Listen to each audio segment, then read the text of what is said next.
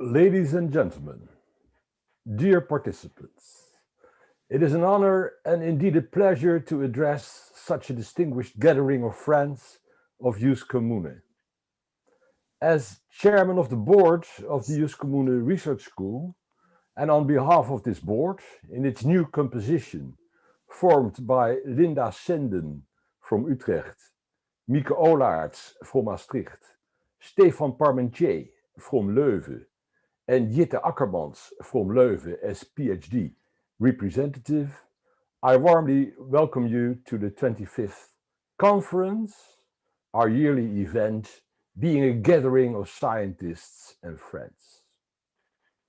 Although we will miss in these pandemic situations the real interhuman context and warm feeling of being together and united, as we enjoyed last year during the conference in beautiful and hospitable Leuven, the level of participants in this virtual setting is still very high, which shows the sound foundation of our cooperation within the school.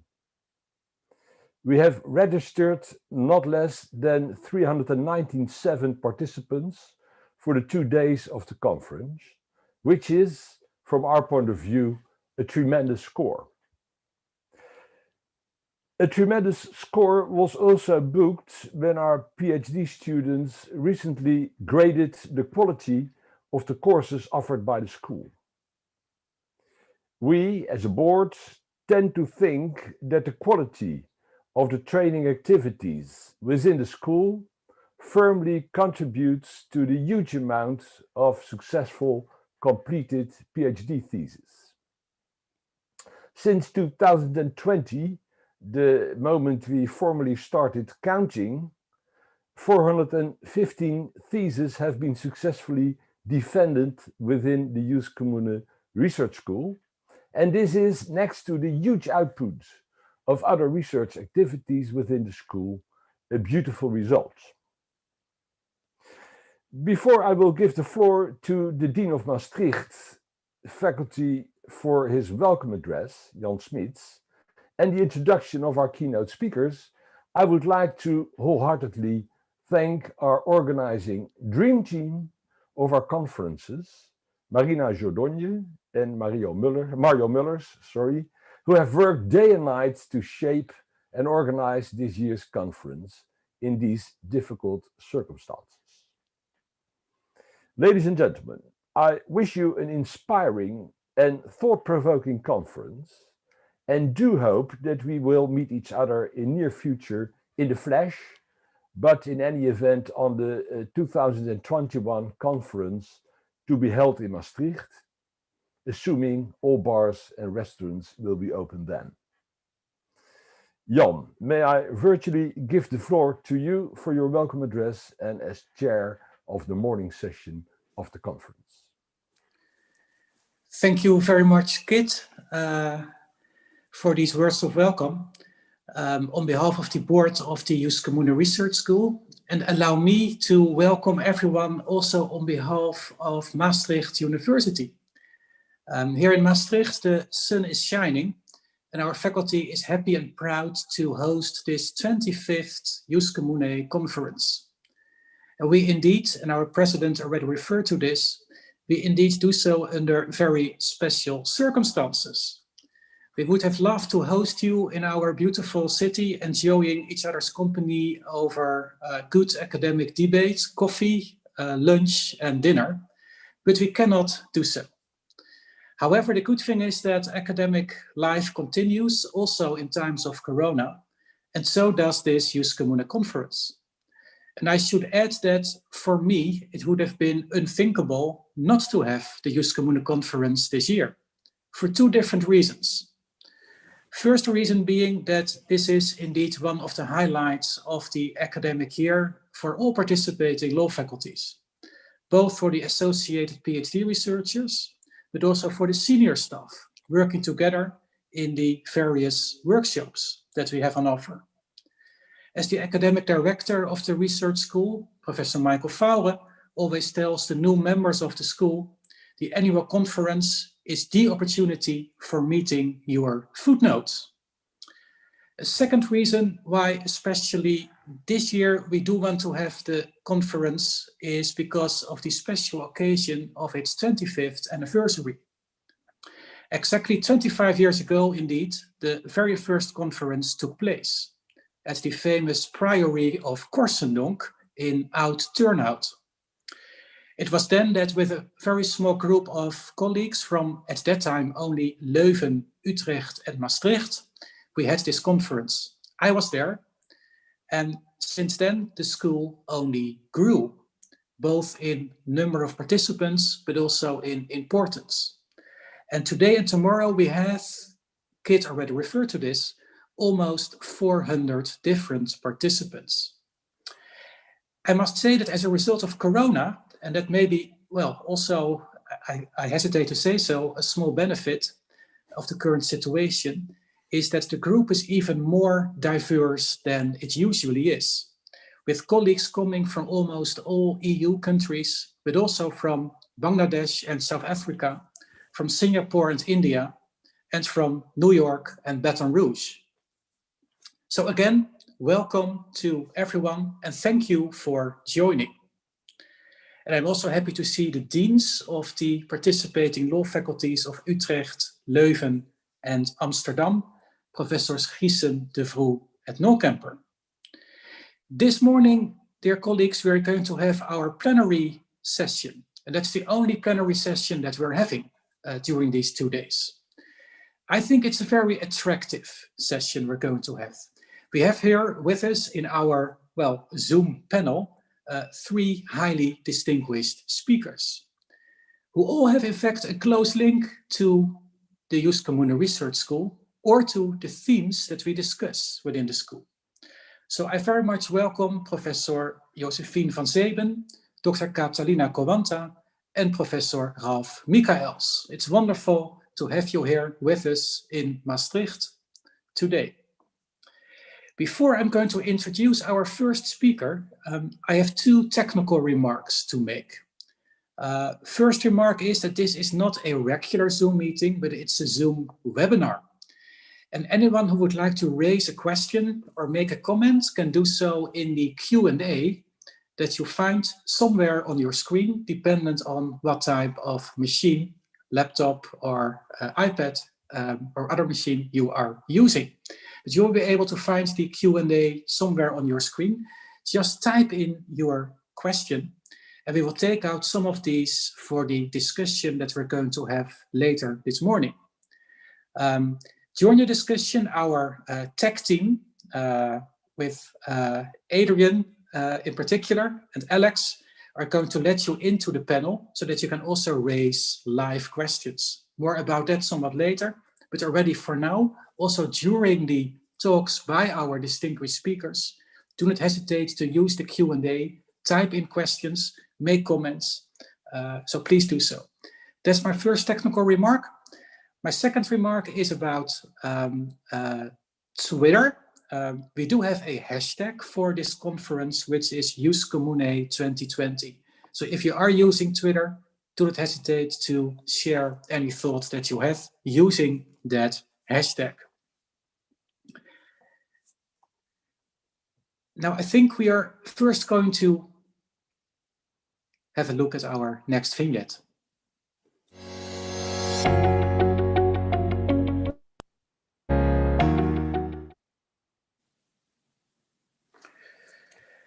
I'm now very happy to introduce our first speaker of today, Josephine van Zeben.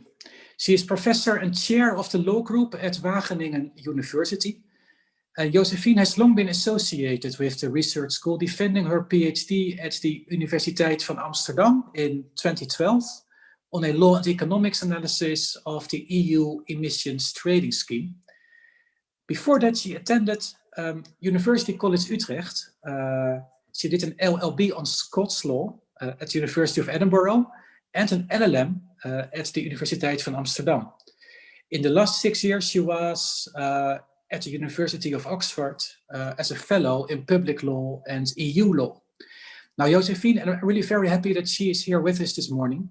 Josephine is a very versatile scholar with an interest in a wide variety of topics, environmental law, also more in particular climate change law, EU law, legal theory, and more. And I know her as a passionate academic. Her most recent work is about what she calls herself the law for the living environment. So that's really about the regulation of environmental issues by public and private actors. Today she's going to speak about polycentric governance and law, no doubt influenced by her stay at the Ostrom workshop at the University of Indiana in Bloomington 6 years ago, of which she also told me in 2014 when she had returned from this highly stimulating stay over there. Speaking online is also a challenge. That's true for everyone who is in this online Ius Commune meeting. It may also be a challenge for Josephine because I just mentioned Twitter. On Josephine's Twitter account, it says that she loves good food and company. Good food and company, very much two ingredients of our annual Ius Commune conferences. Good food we are not going to provide today, but the company is there, but it is online. So please welcome Professor van Zeben, who is in fact speaking from Maastricht. Professor van Zeben, you have the floor. Thank you very much for this very generous introduction. Let me start by trying to actually share my screen so that people can see the slides. I want to put in a brief caveat. Normally, I'd be very happy to take questions also during the talk, but given that I'm already negotiating several screens at the same time, I think that challenge might just be a little bit too much. So I'm very happy to answer your questions afterwards. Okay, so with that being said, let me see if I can share my screen successfully. Jan, is this coming across well? Can you see my screen? I think so. Yes, perfect. Okay, wonderful. Okay, well, with no further ado, let me say that it's my absolute pleasure to be here today, even though, of course, I also wish that we could all meet in person in beautiful Maastricht rather than online. I want to start by thanking the board of the Ius Commune Research School for their kind invitation, but also, as already mentioned, Marina and Mario, but also Catalina Goanta for their organizational support in setting this up and getting me here. And of course, all of you for choosing to spend some of your valuable time in attending this keynote. As you may have guessed from the title, in my talk today, I will focus on what I consider to be particularly worthwhile lessons and tools as developed by Vincent and Eleanor or Lynn Ostrom. Now, for those of you not yet familiar with their work, Vincent and Lynn Ostrom were American political scientists and economists who dedicated their lives to the study of governance systems, particularly those related to natural resources. The most well-known result of this work was Lynn's 1990 book, Governing the Commons, for which she won the Nobel Prize in Economics in 2009, the first woman to ever do so. The issues that I will be speaking to today relate to this book, but also to the broader intellectual legacy of the Ostroms. Now, the central question that I'm asking today is bidirectional. It asks both what the law can learn from the Ostroms, but also how the Ostroms' body of work can be enriched through legal research. This two-part question cannot be answered exhaustively in this short keynote. Instead, what I aim to provide you with today is enough of a foundation on the Ostrom scholarship and their way of working for you to be able to engage with this question yourself and to consider whether your work might also benefit from reflecting on their scholarship in more detail. To do that, I will first briefly mention the main lessons of Governing the Commons and of Vincent's work on polycentric governance theory. I will then address the main findings of my own work on polycentric governance in the EU to illustrate this mutually beneficial relationship that I see between the Ostrom's work and legal scholarship. And finally, I will address the ways in which Vincent and Lynn actively created a community of interdisciplinary researchers that effectively and constructively work together. As in my experience, Ius Commune is a community which in many ways embodies these most important Ostrom lessons about research collaboration. I'm really excited about sharing these insights into their work with this particular audience. So let me start with giving a brief overview of the contributions of Governing the Commons and polycentric governance theory. At the time that Lynn and Vincent started their work, the 1950s and 60s, most political scientists and economists, and one may even say most social scientists, used a much simplified view of the world as their analytical backdrop. In this world, there was one type of individual, a rational one, two types of goods, public and private, and two optimal organizational forms, the market for private goods and the government for public goods. Now, both Vincent and Lynn started their career by doing extensive field work and very quickly found that the real world was far more complex and that these theoretical baselines were in need of updating. Now, as an aside, this is also an often voiced critique of economic analysis, that the models, such as those used in game theory, for instance, cannot capture all the intricacies that, for instance, law tries to capture. And by extension, that the value of a methodology such as law and economics is limited by its reliance on models. I want to stress that this is not what the Oosterms were saying or what I'm saying today. The use of models can be central to the development of hypotheses that can then be tested through empirical research. However, the feedback loop between theory and empirics needs to be maintained, because if theory is not allowed to be updated, then it will lose its value and will stop enabling the development of better solutions to real-life problems. And this is what drove the Oosterms' critique of the view of the world that existed at the time. The Oosterms were particularly interested in the assumption that individuals were destined to be trapped in dilemmas regarding common pool resources, which was a new category of goods that they identified. Common pool resources are subtractable in the same way that private goods tend to be. So if too many people use them at the same time, they can be damaged by overuse, pollution, or potential destruction. At the same time, the nature of these goods makes it difficult to exclude people in the way that one could be excluded from a private good. Many common pool resources are central to human flourishing, such as forests, fish stocks, water systems, or even the global atmosphere. A common dilemma in which individuals were taught to find themselves with respect to common pool resources is known as the tragedy of the commons. This well-known scenario by Harding describes a situation where there's a pasture open to all, and an unavoidable tragedy of overuse and destruction follows. Harding's conclusion was that assuming that no one owned the commons, some form of property right would have to be imposed to save the resources from selfish short-term exploitation by individual users. In practice, the Oosterms found that users of common pool resources often tended to manage these resources very successfully, typically through locally developed rules and practices that did not depend on private property rights or on other forms of externally imposed rules.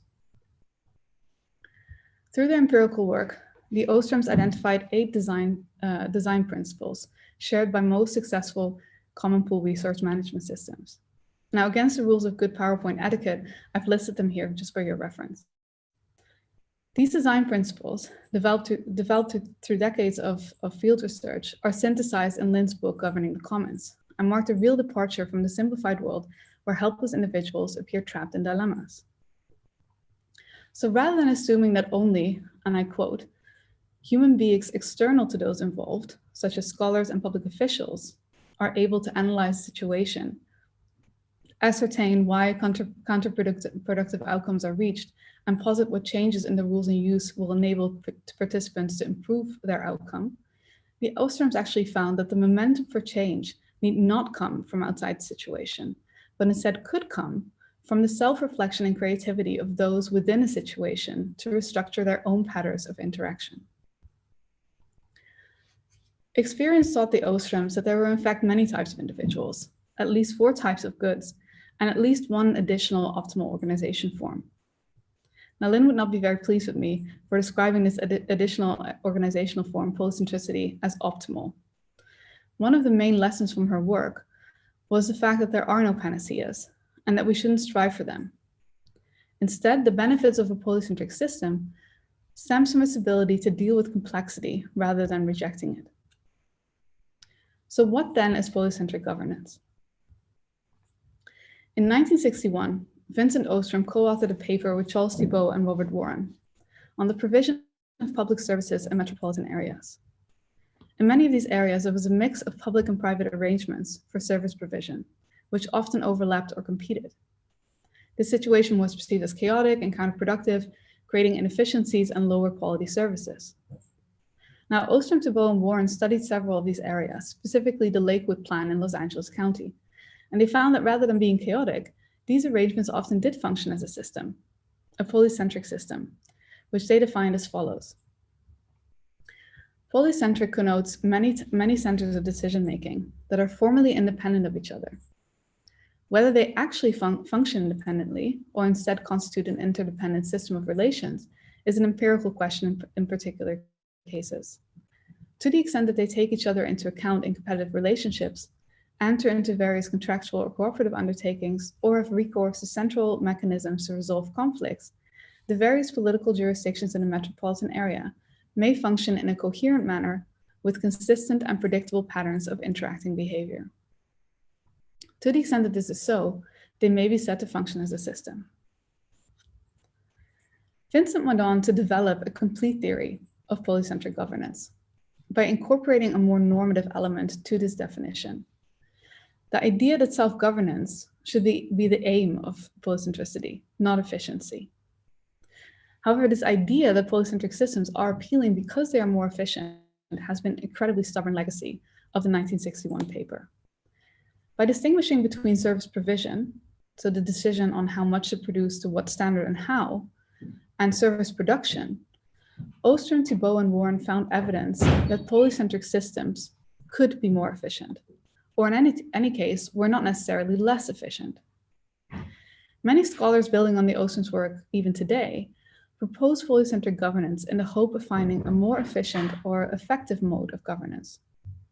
However, they're often disappointed once they factor in the potentially high transaction costs that are created by the continuous coordination and competition between all these different units, and the realization that polycentric systems can often be unfair, insofar that the smaller units can and do externalize costs onto other units.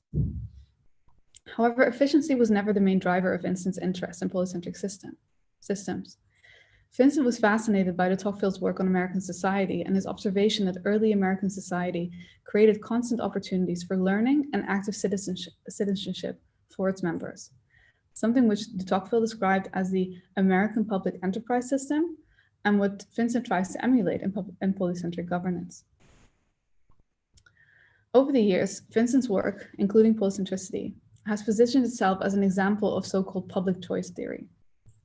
While this is understandable, because Vincent was present at the founding meeting on public choice theory in 1964 and the president of the Public Choice Society between 67 and 68, Vincent actually disagreed with and diverged from public choice theory in fundamental ways, which are also very important for polycentric governance theory. As already noted, the Ostroms did not subscribe to rationality as the only model of behavior. By extension, Vincent was also not convinced by most formal models, or the idea that the utilitarian approach to welfare functions was the correct benchmark for the functioning of actual societal processes. Instead, he viewed the motivation of individual decision-making as multifaceted and complex, and most importantly, that the basis for sustained interaction between individuals was the result of a deliberate process between them, the creation of some kind of constitution or shared system of rules, formally or informally expressed.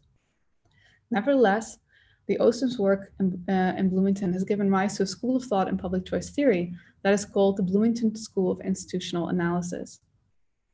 I don't have time, sadly, to go into the nuances of the school of thought, but I wanted to give you a summary as provided by Mike McGinnis and Lynn Ostrom in terms of its focus. Institutional analysis can be seen as a form of public choice, in which the focus is not restricted on to the behavior of public officials, and citizens are not treated merely as voters, consumers, or campaign contributors. After all, self-governing groups may or may not delegate authority to particular individuals, as they may be capable of handling the relevant task themselves. Again, coming back to this finding that actually people within a situation of resource management are not necessarily better or worse placed to try to manage that situation as best as possible. This summary also points towards a central message in Vincent's work and the Ostrom's work more generally. A good polycentric system is characterized by its ability to foster and maintain self-governance.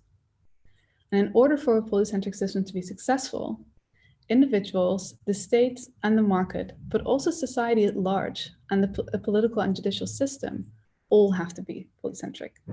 If not, the balance is lost and we will just revert to another type of governance, such as federalism. This means that polycentricity is not anti-state or pro-market, but rather all these institutions have a role to play in maintaining the polycentric nature of the system. One of the main departures from other systems of governance is that polycentricity does not presume a state monopoly of power. In fact, for polycentricity to be maintained and to be successful, there should be no monopolies of power within the system at all. Now, let me briefly summarize some important differences between the Oostrom's work and some prevailing social science theories at the time, but also today. First, the Oostrom's believe that we need to theorize a more complex world. The conceptualization of the world as being inhabited by one specific type of individual, seeking two types of specified goods to specific modes of organization, even at the theoretical and modular level, misses out several types of individuals, goods, and at least one type of governance. Second, individuals are not helpless. The Oostrom's empirical work clearly shows that the idea that individuals would find themselves locked into dilemmas from which they could only escape through external guidance or rules was fundamentally flawed. Third, there are many roads that lead to efficiency. The idea that efficiency is achievable only through the concentration of service provision and production could not be empirically verified and was often untrue. Fourth, normatively, efficiency should not be the only benchmark against which to assess governance systems. Instead, communities themselves can constitute the values against which they assess their performance. And finally, self-governance need not be antagonistic with the presence of a state.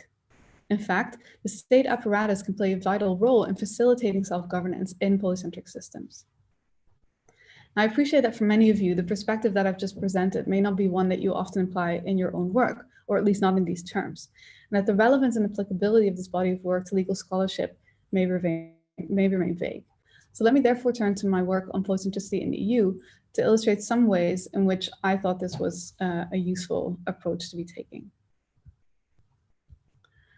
So, as already mentioned by Jan, in 2013, I spent a year at the Oostrom workshop in Bloomington, thanks to a postdoctoral grant, to study the extent to which polycentric governance theory could be seen as a descriptive and normative theory for the European Union. The starting point of the project was that in light of the normative elements of polycentric theory, it may offer an extension to existing governance theories of the EU, such as multi-level governance, as developed by Hoog and Marx, but also FOCJ, functioning, overlapping, and competing jurisdictions, as developed by Frey and Eigenberg, which are primarily descriptive theories of governance. They describe the EU very successfully, but they do not give many normative steers as to its preferred future development. Now let me front load the main conclusions of the research so far, and I want to stress that this is so far. The EU in some ways is very polycentric. However, the EU is not made for self-governance. The polycentric features that the EU has are in some ways more of a happy accident than a conscious choice. So while the EU might be moving away from a system of monopolist state-based power, it's not looking to replace this with a bottom-up self-governing structure. Now, if, and of course this is an important if, we feel that member state power should be redivided among citizens rather than to be concentrated further at the supranational level, polycentric governance theory offers some ideas on how to do so. More modestly, if we feel that there should be a more bottom-up option of expressing at least the goals and aims that we see for the EU, polycentricity could also help there. I'm very happy to discuss these findings in more detail in the Q&A, but what I would want to focus on now is to share what I learned from the Oostrom's work during my polycentric research, and especially because I believe that these lessons can be valuable regardless of your normative stance on the polycentric EU. Starting with the lessons for law, studying polycentricity in the EU confronted me very immediately with the need for teamwork. Within the first couple of months of the project, I realized why the majority of the Oostrom's work had been accomplished within the workshop. If we're serious about having empirics-informed theory and theory-informed empirical research, it's very hard to imagine that we can find all required skills or research time within one person, or even a small research group. After I completed my year at the workshop, the research agenda that I formulated would take several additional years and the collaborative effort of several other scholars, including my co-author Anna Bobic, to complete the first substantial output of the project, an edited volume of polycentricity in the EU. The second lesson that I learned was the real need to combine formal and informal rules and practices. Now, as lawyers, we often reference the importance of informal processes and the fact that they're outside the scope of a specific paper or project. In fact, I did this again, even in the book that I just mentioned, as you can see in this somewhat cryptic footnote that I have put on the slide.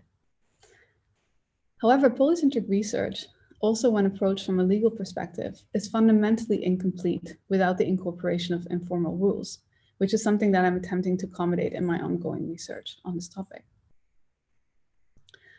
I also ran into several limitations of polycentric theory itself, which proved to be a very exciting way for me to contribute to the Oostrom's work more generally. The first limitation relates to the formalization of the characteristics of polycentric governance theories. And one of the reasons that I'm talking to you about this topic today is no doubt related to the fact that polycentricity has become incredibly popular as a term within social sciences in the past few years. Now, this could very easily be explained by the fact that the characteristics of polycentric governance, as described in the article that I quoted earlier, are fairly general.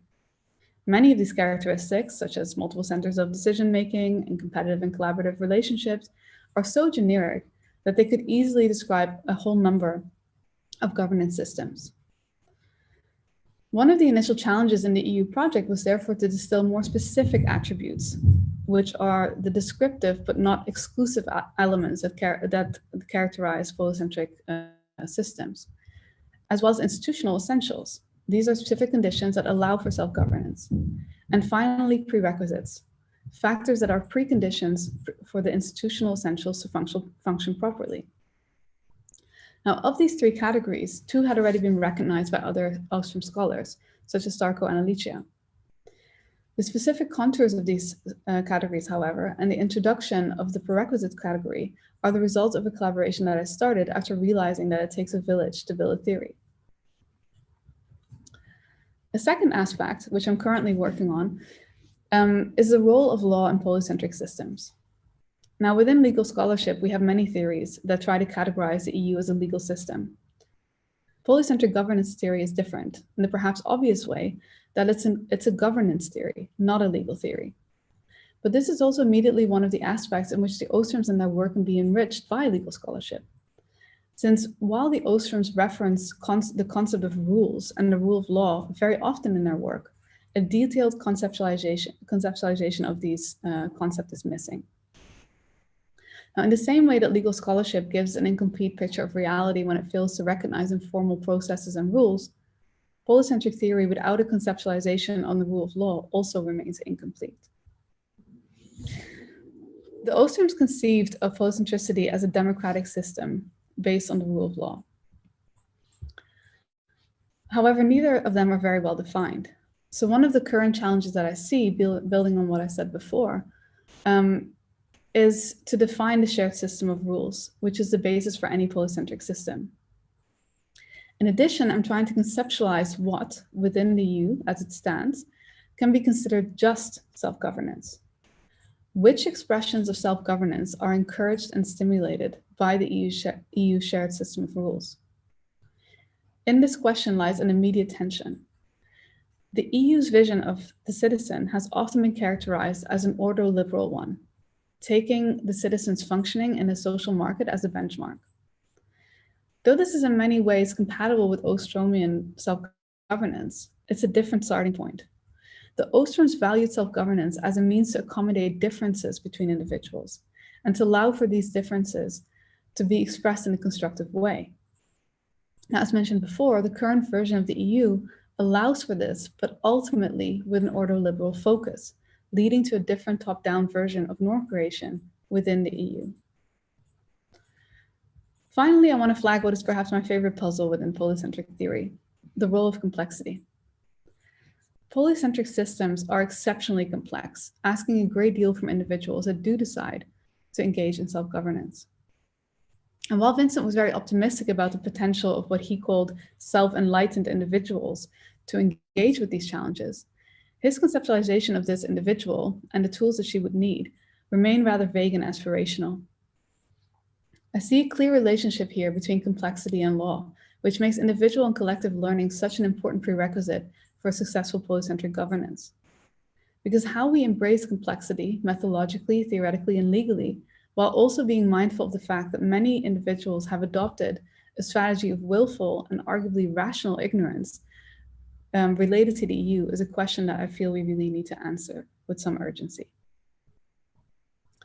Now, let me conclude by highlighting what I consider to be a crucial aspect of the Ostrom scholarly success. Their focus on interdisciplinarity, or in their words, their focus on working together. Working together in the Ostrom sense has two key meanings. First, for disciplines to work together in a truly transdisciplinary way. And second, to allow empirics and theory to reinforce and inform each other. The collaborative efforts within the Ostrom workshop resulted in a global network of researchers that continued to work on the legacy of the Ostroms. Not through slavishly following the lessons of the Ostroms, but by actively challenging their theories through empirical analysis and constantly pushing for better or more complete answers to their questions. Now, sadly, I don't have time to go into too much detail on this topic, but I would like to conclude with a reflection based on the book Working Together, Collective Action, the Commons, and Multiple Methods in Practice, which Lynn wrote together with Amy Potiti and Marco Janssen in 2009. In this book, they conclude that impressive progress has been made over the years in creating interdisciplinary research centers and increasing the number of grants for collaborative research. At the same time, the effects of these continue to be limited by the fact that there are certain institutional and structural arrangements that continue to undermine trust between researchers by pitting different disciplines and methods against each other in competition for resources and status. This observation resonated really deeply with me, as I'm sure it does with many of you, in this time of structurally unpaid overwork and a seamless, endless stream of grant writing that we're all engaged in. So let me conclude by pointing out that the final chapter in polycentricity in the EU concludes with a joke. I'll leave to your judgment whether it's a good one. Basically, there's a man driving around the countryside lost, and he stops in a small town to ask for directions. The local responds by saying, "You want to get where? Oh no, to get there, I wouldn't start from here." Now, despite the deficiencies of the here and now, I'm actually carefully optimistic, especially at the Ius Commune annual meeting, that trust and collaboration are just around the corner. With that, I'd like to conclude. Jan, would you like me to get rid of my slides, or shall I leave them on? Yeah, please do. Please do indeed try to make them disappear. Okay, let's see if that's possible. Yes, there we are. Yeah, fantastic. Thank you so much, Professor van Zeben, really for a wonderful talk, really for a stimulating talk. For those of you who are new to the Ius Commune Research School, it may be important also to point out that originally what we did within the school was to speak about processes of European integration or disintegration, but we take that topic to be a very broad one, which means that we do not only look at the geographical aspects there, but also look at institutional aspects, and at the question, what is indeed the best level of governance to deal with certain issues. And I'm saying this because the wonderful talk by Josephine shows us and gives us lots of insights as to how you can do that, building upon the work indeed of the Ostroms. It may also be still important to point out that Elinor Ostrom was the first woman to win the Nobel Prize for Economics in 2009. So thank you very much, Josephine, for what I really would call a very stimulating talk, which is also gives us lots of, I think, ammunition for the discussion later this morning. I have not seen anyone already raising questions or comments in the Q&A, but like I said in the beginning, please feel free to do so. The Q&A is open for anyone who would like to raise questions. And I see one question already coming in. That's great. We are going to discuss those questions later on, because we first continue with our second speaker.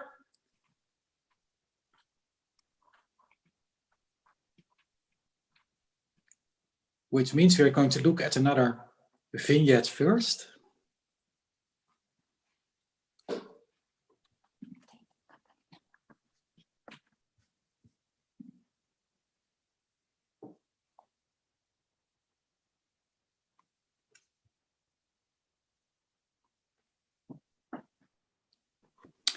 Okay, so I'm now also happy and proud to introduce our second keynote speaker of this morning, Catalina Goanta. When I just introduced Josephine van Zeben as a passionate scholar and academic, the same is no doubt true for Catalina. Catalina Goanta is assistant professor in private law at the law faculty here in Maastricht. She is also at the same time a postdoctoral researcher at the Maastricht Europe Hub called Studio Europa. As a recent Niels Stenson Fellow, she spent a year at the University of St. Gallen and at Harvard University. And Catalina is, I would say most of all, a very versatile and very active colleague, active in teaching, active in writing, active in organizing, and active in many more things, including making cover designs for books for colleagues, designs of t-shirts, and many other things that she is active in within our faculty. She is also a long-time member of the Ius Commune Research School, having defended her PhD in 2016 on consumer sales law. Before that, she did an LLB in Bucharest and both an LLM and a Master of Science at Maastricht University. And her most recent research is within the Maastricht Law and Tech Lab. And that's the faculty's research group on tech for law, where she works both with lawyers and computer scientists. Within the context of that research field, Catalina focuses on the regulation of social media, on crypto communities, including the dark web, and on digital monitoring tools for consumer protection. And she can be regularly seen also on Al Jazeera, commenting on social media influencers and the law. Today she is here with us, and it is my great pleasure to give Catalina now the floor. Many thanks, Jan, for your very kind introduction. And also my thanks go to the board of the Ius Commune Research School, who have been so kind to invite me to give this keynote today. What I will be talking to you about today is research that I have been doing for the past 4 years, research that I have been doing not only as a member of the community of the law faculty, but also in my quality of a researcher for Studio Europa, as Jan was mentioning earlier. Studio Europa is a hub that puts together research, academic research, and societal impact.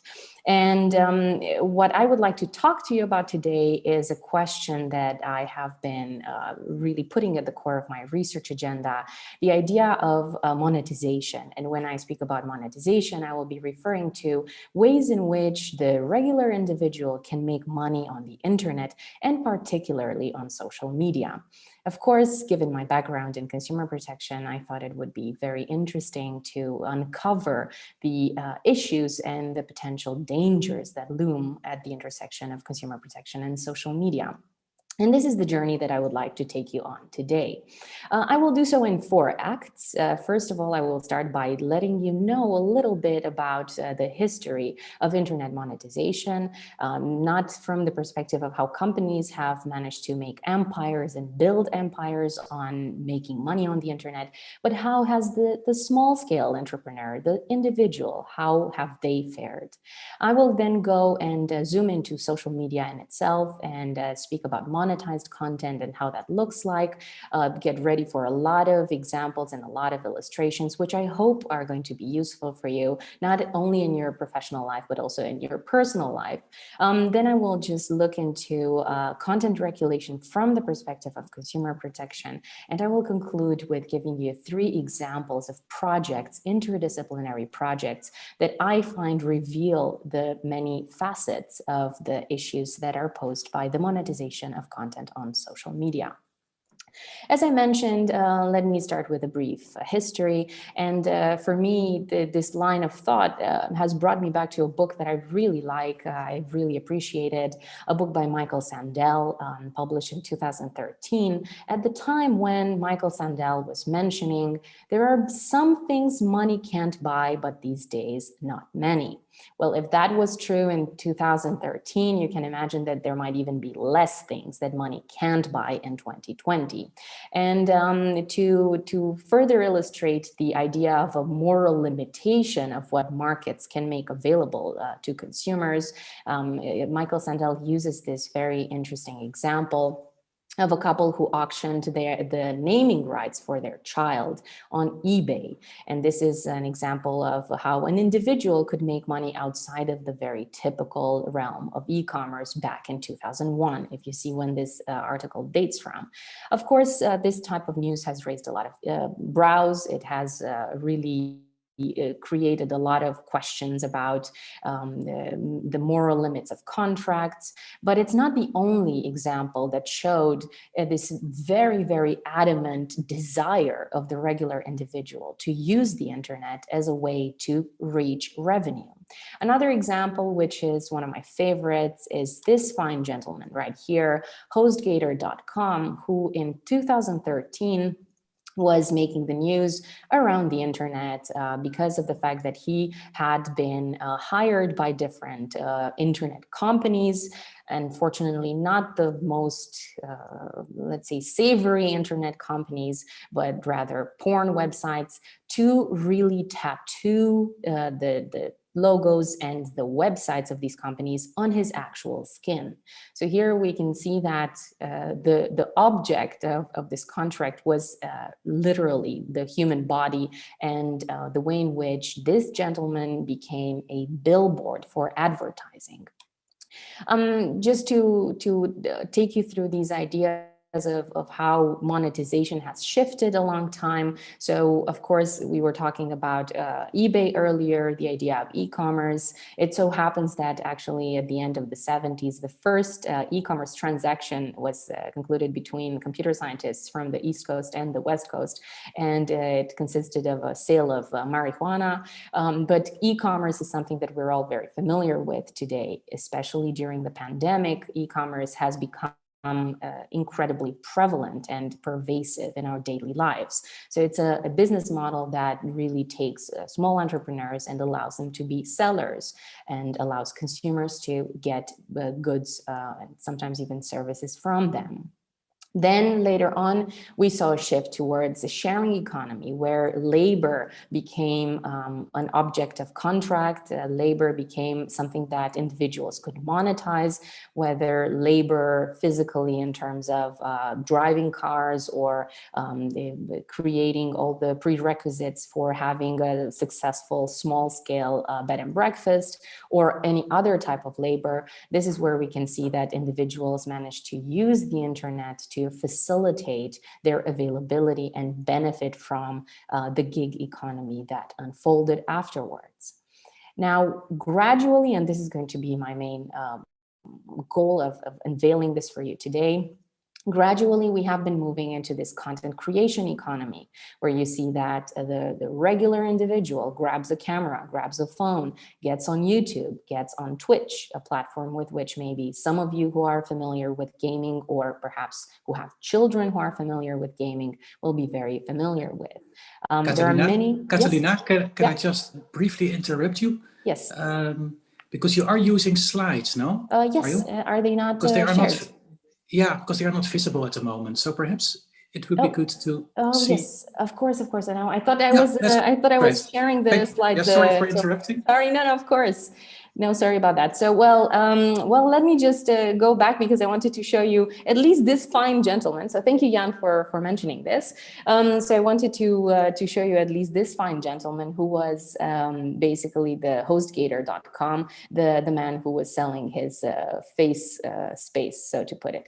Yeah, so here is where I was basically telling you about the content creation economy, and about the fact that there are a lot of ways in which content can be also monetized on social media, such as through advertising or through crowdfunding. And these are things that we will be exploring together in what follows. And then very briefly, what I wanted to mention, and this is pretty much the future of monetization, web monetization that entails peer-to-peer micro payments, such as the web monetization protocol, or browsers that allow you to have a look at different types of content, and then make sure that you have that you can get paid for that type of content. I'm going to just illustrate that for you really briefly. So this is our colleague from the Lion Tech Lab, Bogdan Kovrig. This is an article that he wrote on web development, on software development, and this is the money that he has been making from various individuals who have been paying him for this content. So this is just an example of the web monetization part. But now zooming into monetized content and social media, the topic of today's presentation, I wanted to help you visualize how important it is to consider platforms when we think about business models, and not the business models of platforms themselves, namely advertising as such, or getting money from brands for advertising, but how can the actual regular individual make money on the internet. So as you can see, even if you Google this, you are going to find a plethora of platforms and a plethora of questions that a lot of people are asking themselves about. How do you make money on the internet? How do you make money on the internet? That question actually has a very clear answer, and that answer so far has been native advertising, and in other words, influencer marketing, because these monetization models have moved from what I was showing you earlier with the gentleman just selling his skin space, to monetization models where you actually have an influencer selling products or providing services or advertising services on social media. Why is it important for you to pay attention to influencers and to influencer marketing? Maybe you have come across an article in newspapers about different influencers and how exactly they deal with even the pandemic. There is a very famous Dutch influencer who was even paid by the Dutch government to try to advertise, for instance, the wearing of masks. This is a very big industry, and even if it might be something that we like or dislike, it's apparently here to stay. That is because there are a lot of issues with, for instance, profiling and targeted advertising on social media platforms that a lot of regulators are really being very conscientious about. And of course, companies are pretty much cornered to use this type of influencer marketing avenue. How do these influencers look like, and why are they important? Once again, this is only one of the studies that is currently being conducted among youth, among children, and we can see that there is really a shift from the type of aspirational work that children might have really been interested in many years ago, and in terms of the aspirational work that they want to put focus on today. So a lot of children really would like to become YouTubers or would like to become influencers, which is, again, on the one hand, it can be an opportunity. On the other hand, it is a little bit, if not scary. So these are the influencers of today. These are pretty much the two of the most Famous influencers you will find on YouTube, Tati Westbrook and James Charles. And if I just would like to draw your attention to the amount of views that this one video had amassed by May 10th, 2019. It also happens to be one of the greater issues that created some rifts in the influencer community as well, with incredibly rich legal issues. But these are the influencers and the monetizers of today's internet. And I've been using this term influencer for a while now. And for a lot of you probably are wondering, what exactly does it mean? So far, legal definitions are very underwhelming because there aren't really that many. And when they are, they're not really statutory definitions. We can see definitions perhaps in some codes that are self-regulatory codes from media authorities, but not necessarily in a legislative proposal or in a legislative piece as such. If you look at a behavioral study that was conducted by the European Commission in 2018, which was the study that mostly led to the Omnibus Directive, so the reform in a few directives in the consumer acquis. An influencer is defined as a person who has a lot of reach, so who can reach a lot of people and therefore is considered to have impact, and also uses word of mouth advertising. Word of mouth is this very interesting, very relatable way in which you can convince people of the qualities or characteristics of a specific product or service. And the Word of Mouth Marketing Association itself recognizes influencer marketing as the act of a marketer that really hires an influencer to pursue a business goal. Influencer, the term is also sometimes interchangeably used with other terms such as content creator, or terms that depend on different platforms such as YouTubers or TikTokers. And what perhaps is important to remember is that influencer is a term that just has been very much affiliated with the business model of influencer marketing. But as you will see in what follows, this is not the only type of business model that you can consider when it comes to influencer, when it comes to the monetization of content. Based on a lot of ethnographic and legal and communication research that comes together in a book that I just edited this year with my dear friend Sofia Ranchordas, I would like to take you through some business models and shed light on the way and other ways in which influencers and content creators manage to monetize their online presence, and then move into what that means for consumer protection. I'm going to speak about these four categories of business models, and then I will give you some very specific illustrations. So influencer marketing, on the one hand, as we were mentioning before, is the relationship between a creator and a brand, whether that is going to be in any way mediated or not by additional agencies. It depends, but at the end of the day, it requires that a brand pays a creator or offers something to the creator for the creator to simply give advertising to the brand. We also have ad revenue, and ad revenue is something that is very familiar on platforms such as YouTube. However, now Instagram is also doing that. Namely, a lot of brands are going to pay a platform like Google to get into their ad database, and then Google is going to disseminate these ads to creators who choose to show ads on their channels and on their different types of content. And these ads also can look in many different ways. They can be placed in many different places, and on the basis of that, you can have different prices.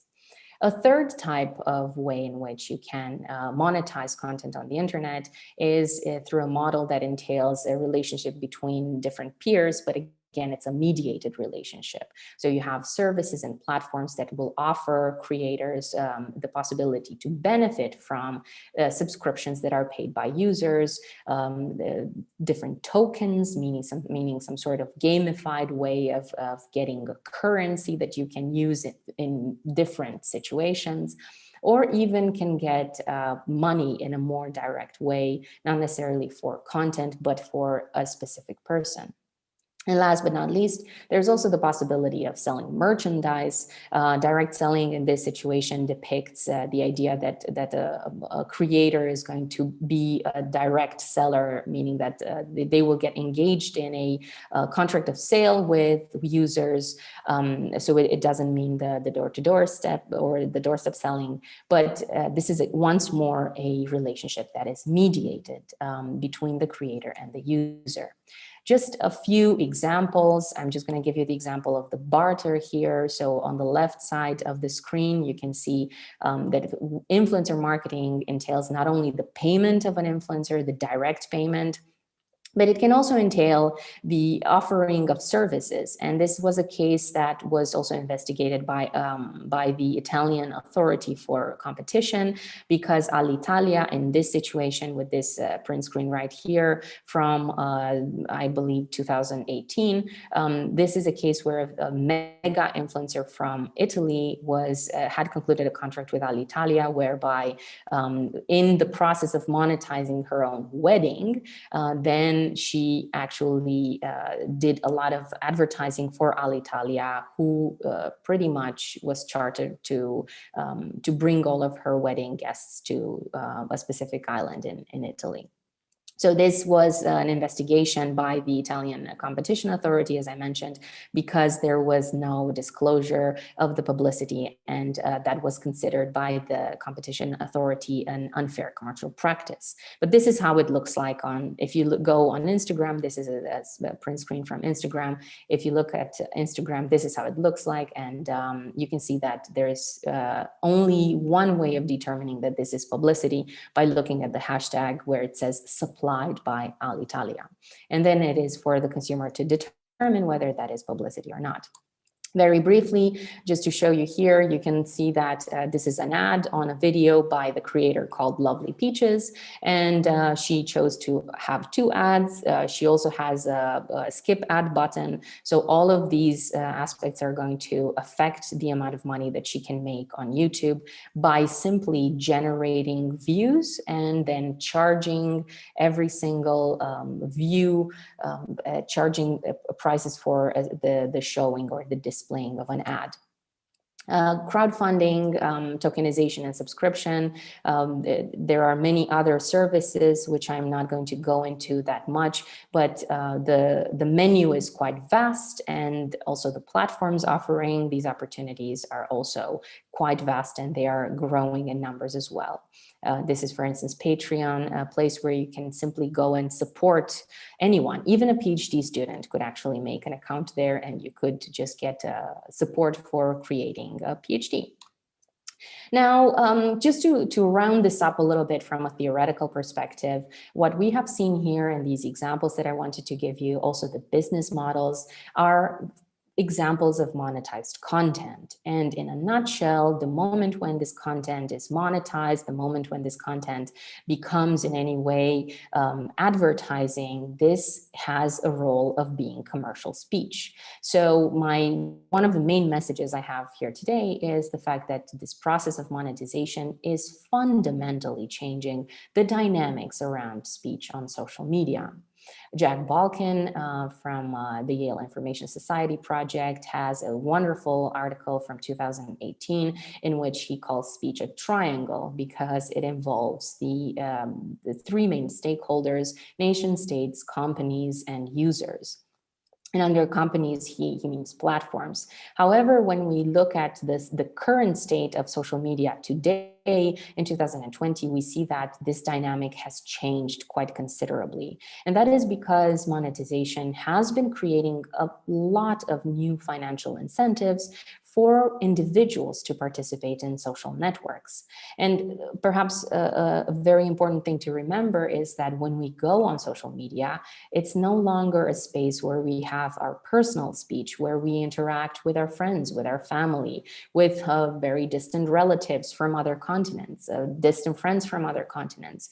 But it is a space where we have, where the different types of information that we receive will mingle and will create a bit of a mess, honestly. So this commercial speech comes into play into this environment of social commerce, where at a moment in time, we can't really distinguish what exactly is commercial speech, what exactly is non-commercial speech, to give you an example.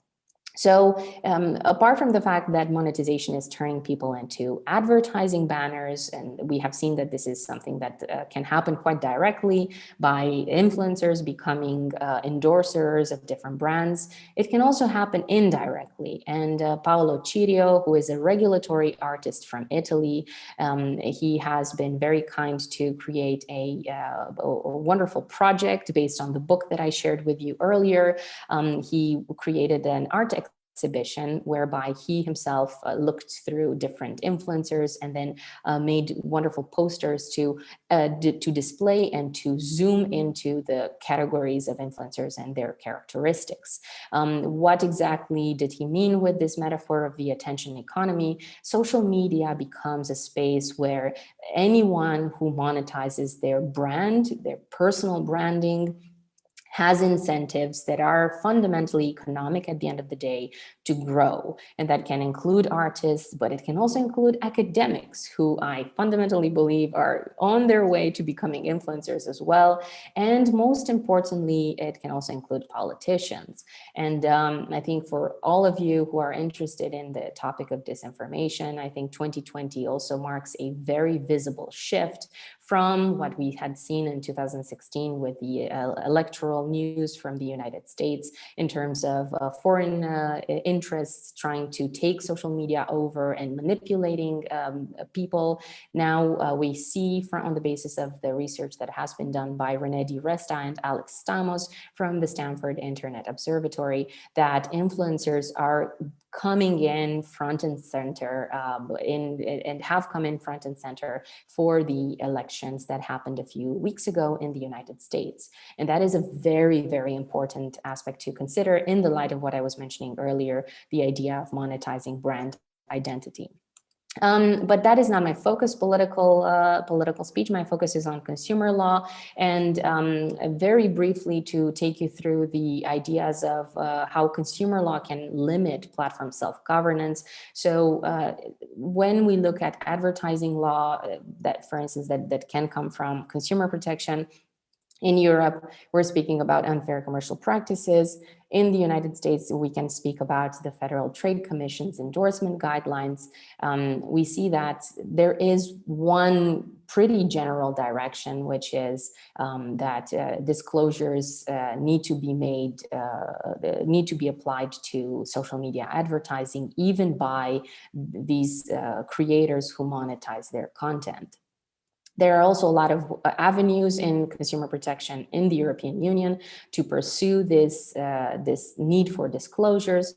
There are at least 2 points on the annex of the Unfair Commercial Practices Directive after the Omnibus reform that are important for influencers. However, it's much easier mentioned than actually monitored because there are still a lot of issues that remain unaddressed. And Christine Riefa has a brilliant article from 2019 where she tackles the limitations of the UCPD and consumer protection in defining an influencer, because as we have seen also in the Court of Justice's case law, that for instance, the case of Kamenova, if you have to start counting the 5, 6, 7 times you have monetized content or you have sold a product on e-commerce or on an e-commerce platform, then it's not that easy to determine whether an influencer can be considered a trader and therefore could be asked to apply consumer protection guidelines. So you can only imagine that this makes enforcement questions incredibly spiky.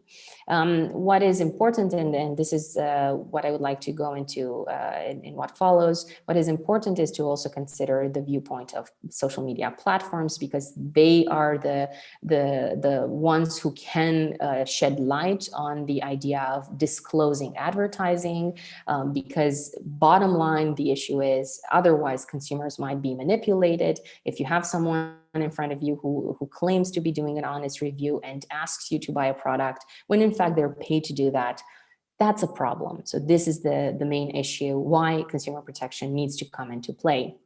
And social media platforms are the most equipped to tackle this, but they completely disregard mandatory norms of consumer protection in their content moderation policies. Platform governance and the way in which platforms deal with speech, this is a vast field that has led to a lot of scholarship.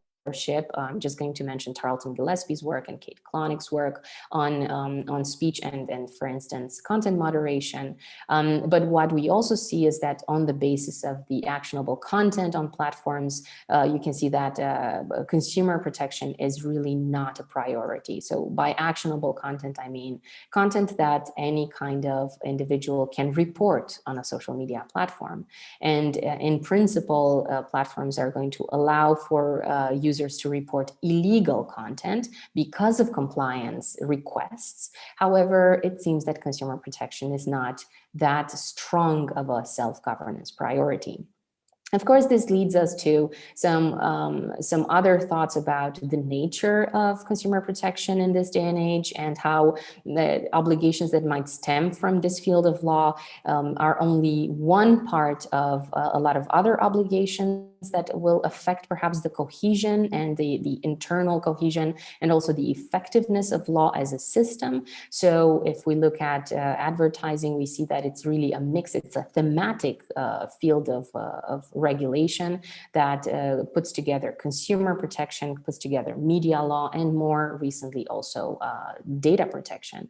However, the problem is that substantive rules aside, enforcement really remains a hurdle. And I'm going to move into the last part, where I will just very briefly give you an example of how enforcement can be looked at from the perspective of interdisciplinary research. So together with my very talented computer science colleagues, Jerry Spanakis, who is our senior researcher from the Law and Tech Lab, and Thales Bertaglia, who is my computer science PhD student, of whom I am very, very proud. We are now looking at Instagram, and we have collected data on the basis of influencers from 4 different jurisdictions. So to ask the question of how we can use natural language processing to actually detect advertising language. We have this theoretical framework that I just shared with you, and now the goal is to try to see whether indeed we can teach a machine to recognize it as a human would. In conclusion, I would like to also mention that there are so many different issues at the intersection of the fields of law and the thematic regulatory issues that I mentioned, that there's plenty of research questions that we could even explore together. And please do get in touch if you have any interest in this type of research or any interest in doing research or joining research. We have a wonderful influencer law clinic. This is the old batch. We have now also a new team of 10 students who are working on influencer marketing and more. And we also have an interdisciplinary research group, computational social media. Jerry and I have set this up to really put together all of the ingredients that I have discussed here today. And with this, I would like to conclude my presentation, and I would also like to make my slides available for whoever is interested, since at least 5 of them weren't visible from the beginning. Thank you very, very much, and I look forward to the discussion.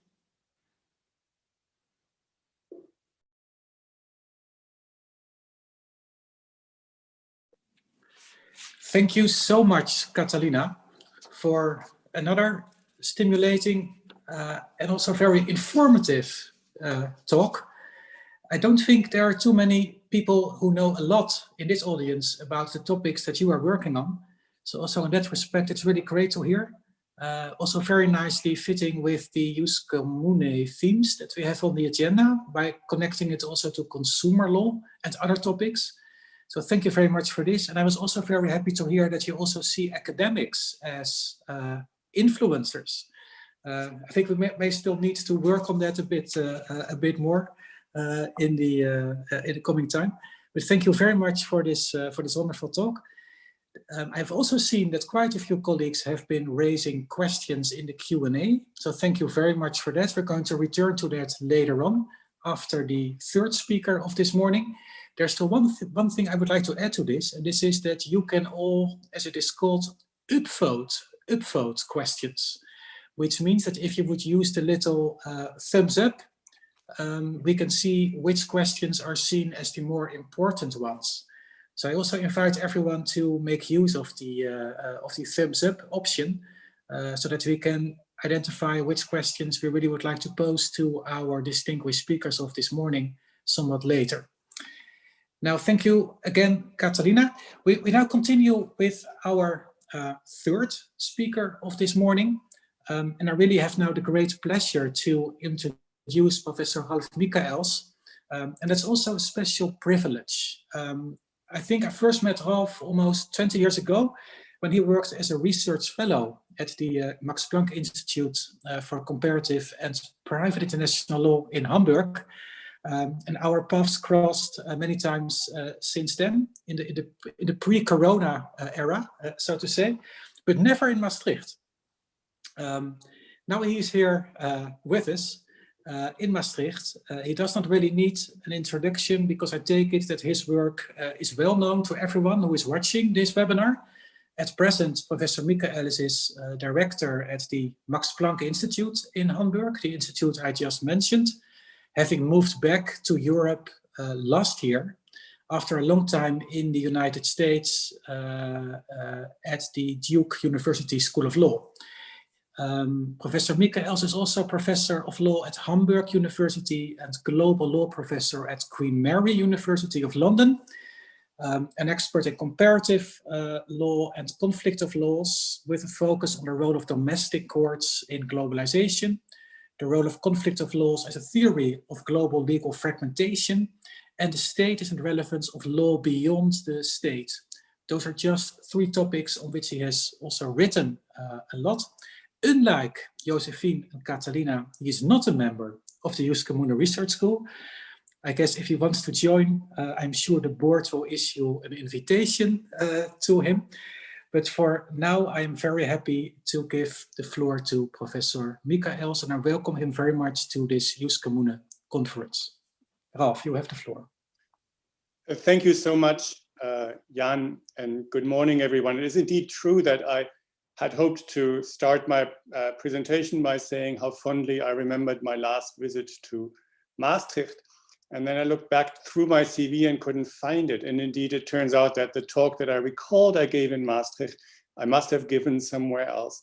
It's really a history of missed opportunities, because Jan also invited me as a visiting professor at some point, which did not work out. And of course, invited me to give this lecture at a time when I thought finally I could go to Maastricht, and now I am virtual, as are all of you. And I think that is just the same, and there will be a chance at some point. I want to talk indeed about... Ralf, if I can just briefly interrupt you at this point, because I'm not sure if you are visible for everyone at the moment. I'm also... I do not know that. I am visible for myself. No. Yeah. So Chantal, can I just ask you to see whether this is something that is on my screen, or no one is seeing Ralf at the moment? Am I visible now? Not yet.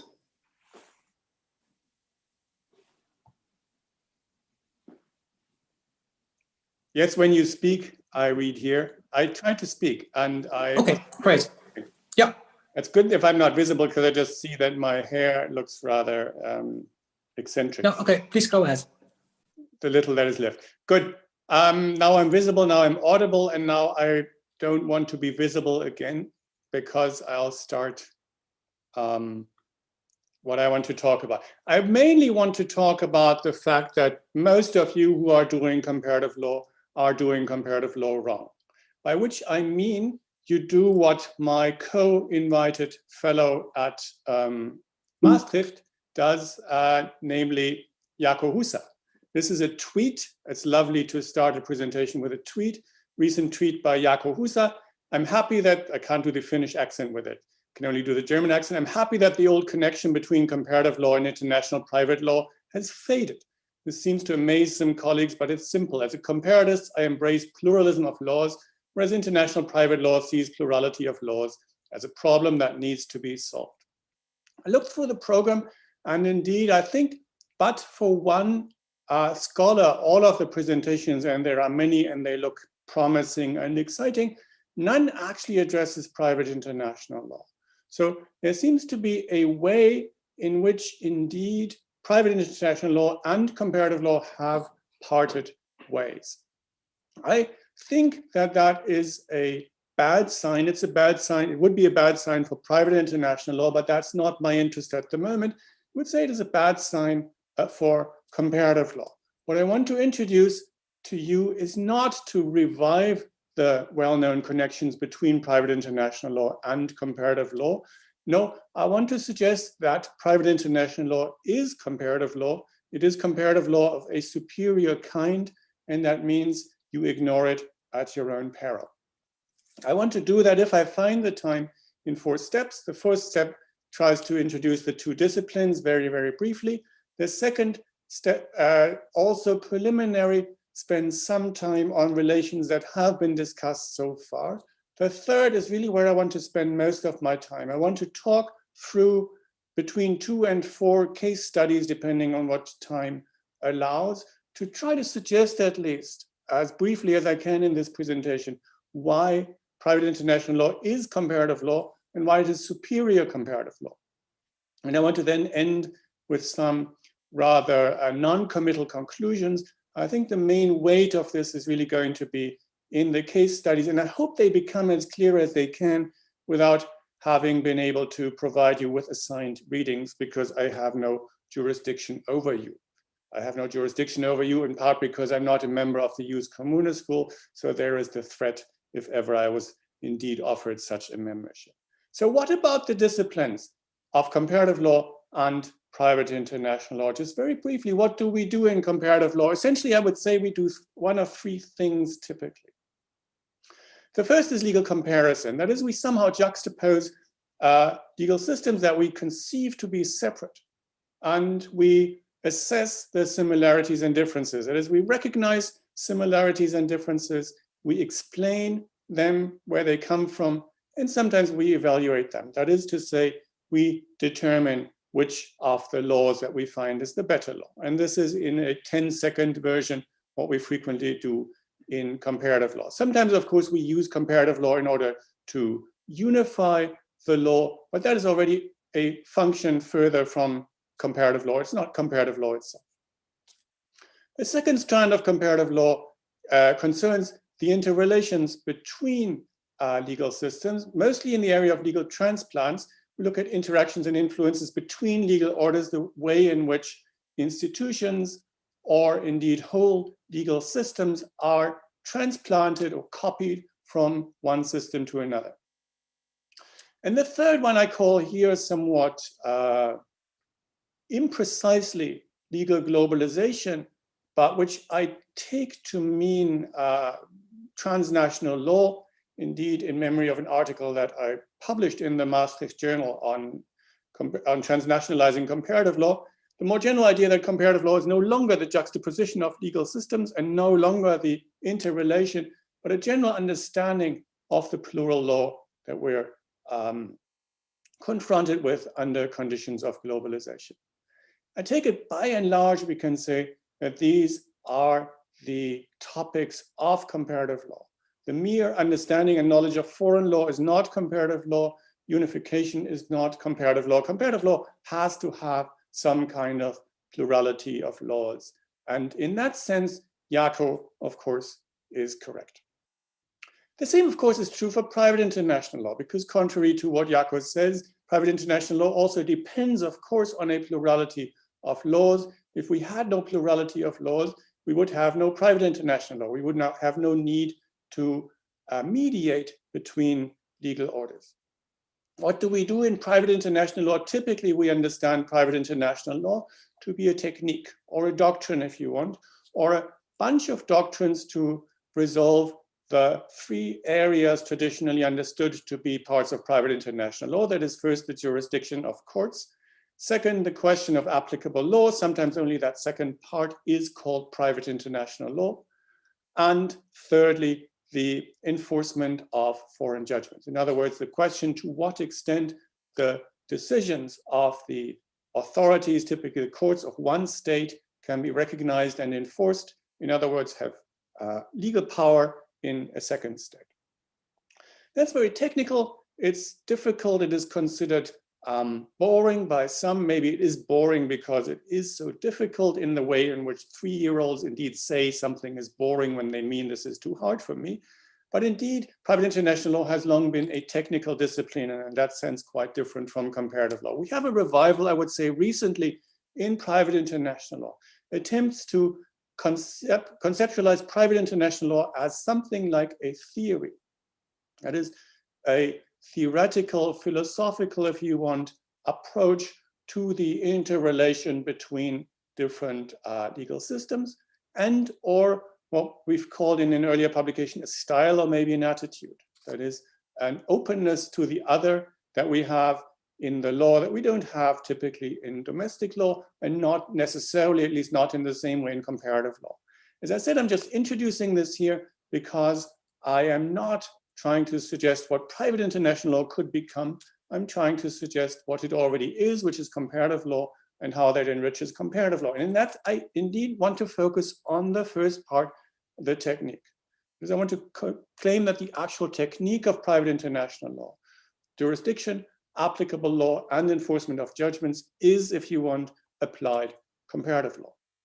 So that goes to the relations between the disciplines of private international law and comparative law. Those have, of course, been discussed quite frequently. There's an article by Bénédicte Fauvard-Cosson that talks of this as an old couple and asks if this is a couple of allies or enemies.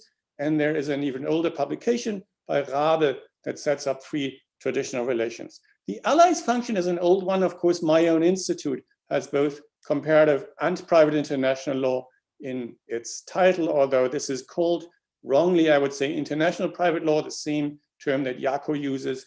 And I was not yet a director when this name was given, so I apologize for that. But indeed, there is an old tradition in terms of disciplines and in terms of individuals to say private international and comparative law somehow belong together. That is, private international law experts should be experts in comparative law and vice versa. I would say that this is specific to the German tradition. It's not true necessarily in Italy. It's certainly not true in the United Kingdom or France. It's not true in the United States, where both disciplines exist somewhat apart from each other. And of course, it's not true in the same way for those who do comparative law outside of the area of private law, because private international law is traditionally confined to matters of private law. So we have a traditional allyship, and the allyship comes, of course, from the topic, which is having to do with separate legal systems. And to some extent from the attitude to say that foreign law or the other is not a priori wrong or deficient or to be ignored. Comparative lawyers look at foreign law to compare, and private international lawyers at least consider the possibility of applying foreign law rather than domestic law. So there clearly lies some kind of allyship.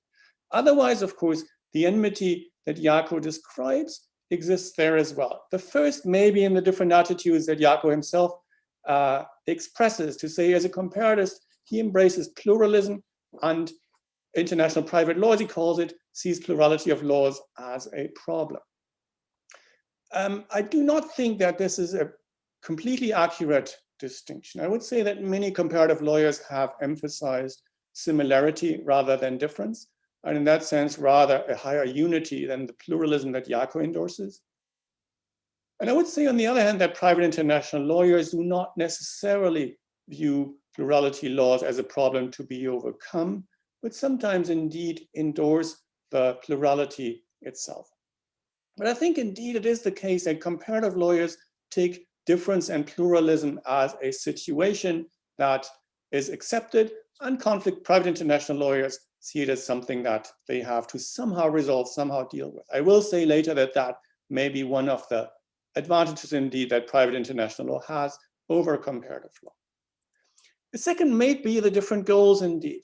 To say, on the one hand, that comparative law is, as this is Rodolfo Sacco, is like other sciences in that its aim must be the acquisition of knowledge. So this is a pure discipline there, detached discipline that only seeks knowledge, whereas conflict of laws needs to resolve problems. This problem definition is from Brainerd Curry, one of the heroes or bad boys maybe of private international law, but there are others. All of those would indeed say private international law is resolved. It is practical, it is applied, it is not in that sense theoretical. And maybe thirdly, we can think of this as different stages. That is, the first stage is one where we designate the applicable law, and that's the stage of private international law. In the second stage, once we've designated that, private international law disappears and we apply the designated law. And here maybe comparative law could help us because we need to understand the foreign law. In that sense, they might be at least separate. And so Albert says we have three connections that actually exist. One is comparative private international law. The second is the use of comparative law in the application of certain doctrines of private international law, most famously characterization. And the third, a particular approach he takes as comparative law as the basis of private international law. And I deal with those three in my short article in the Encyclopedia of Private International Law.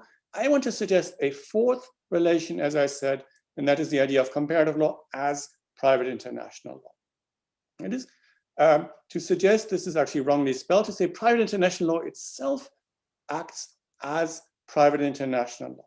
I want to show you that in very brief, abbreviated form through a number of case studies. I'll just keep going until it's 11:45 and then I'll stop. I'll take a first case. This is a US case, case in the Fifth Circuit, Bodum USA against La Cafetière Inc. I get at this case twice because it's really a rich case for comparative law. I start my comparative law class with this indeed, although it, as I said, it is a private international law case. The problem, the conflict of, this is wrong. The private international law problem here, the first one is one of ascertaining the content of foreign law. The comparative law problem is a classical one of understanding foreign law. And I suggest the additional benefit is that in the specific context of the case, we realize the tension between understanding and interpreting the foreign law, an issue that as comparative lawyers, we struggle with a lot and that we can find implemented in this decision. So what is this case about? The case is about coffee makers, right? So this is a famous coffee maker that many of you may know because it was very popular at some point. It was invented in France, was named the Chambord, and then purchased by Bodum, the Danish coffee maker. But one of the investors in Chambord had been making an almost similar device in England under the company of Household. The question in the case now was indeed one of contract interpretation. I'll come to that in a moment. The first problem I want to look at is ascertainment of foreign law. How do we ascertain foreign law? Rule 44.1 of the Rules of Civil Procedure in the United States says that in determining foreign law, the court may consider any relevant material or source. The concrete question in the case is, do you ask experts from France, in this case, because what's at stake is French law, to tell you the content of French law, or can you yourself, as a judge, ascertain the content yourself?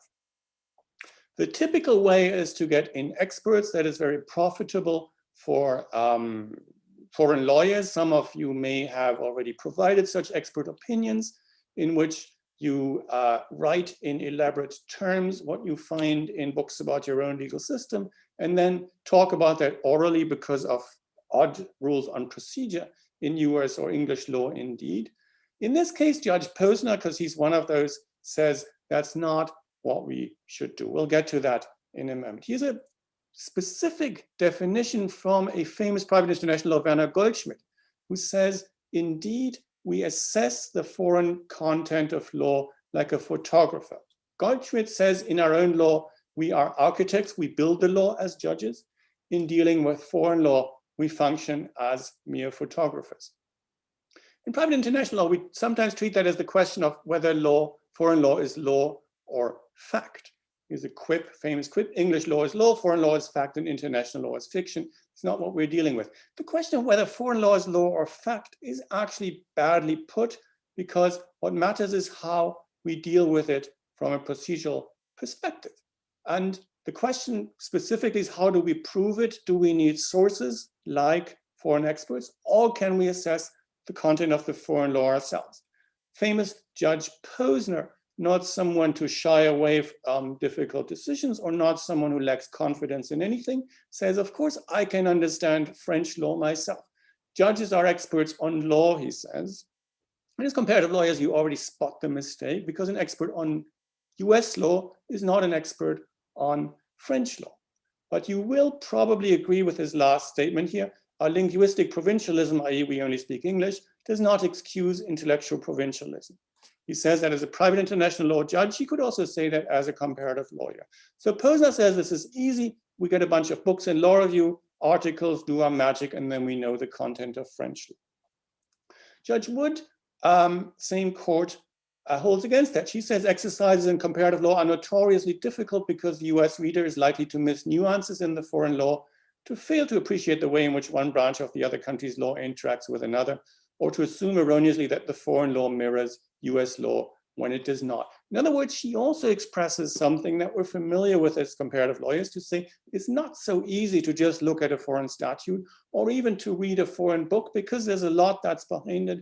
The language matters, the context matters, the culture matters, and all of that matters.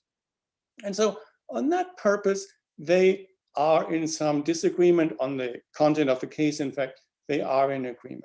So far, I have only given you two perspectives on comparative law that are familiar to you. What's an added value to this? This is Pierre Legrand, famous enfant terrible in comparative law, of course, who has written very dismissively, in fact, of the case in Bodum, and I think unduly dismissively. What he says elsewhere is to say we can never fully understand foreign law, we always interpret it. And as he says here, interpretation is complementary to the text it interprets, but it is a necessary complement what is added to a foreign law text in order to let meaning appear and act as placeholder of meaning, which entails that it cannot be regarded as being external to what it effectuates. It's a bit difficult here, translated from the original Legrand into English. What he means essentially is that foreign law is not just there, or rather there is something there that then gets interpreted by the comparative lawyer, and thereby the comparative lawyer makes the foreign law his or her own. Through that interpretation, recreates something different. And so my claim here is that that's really what the court does in practice. Because what a court does, unlike a comparative lawyer necessarily, is not just photograph the foreign law, but necessarily interpret it in order to make it his own. The judge in the Fifth Circuit has to make the foreign law his own in order to apply it to the case.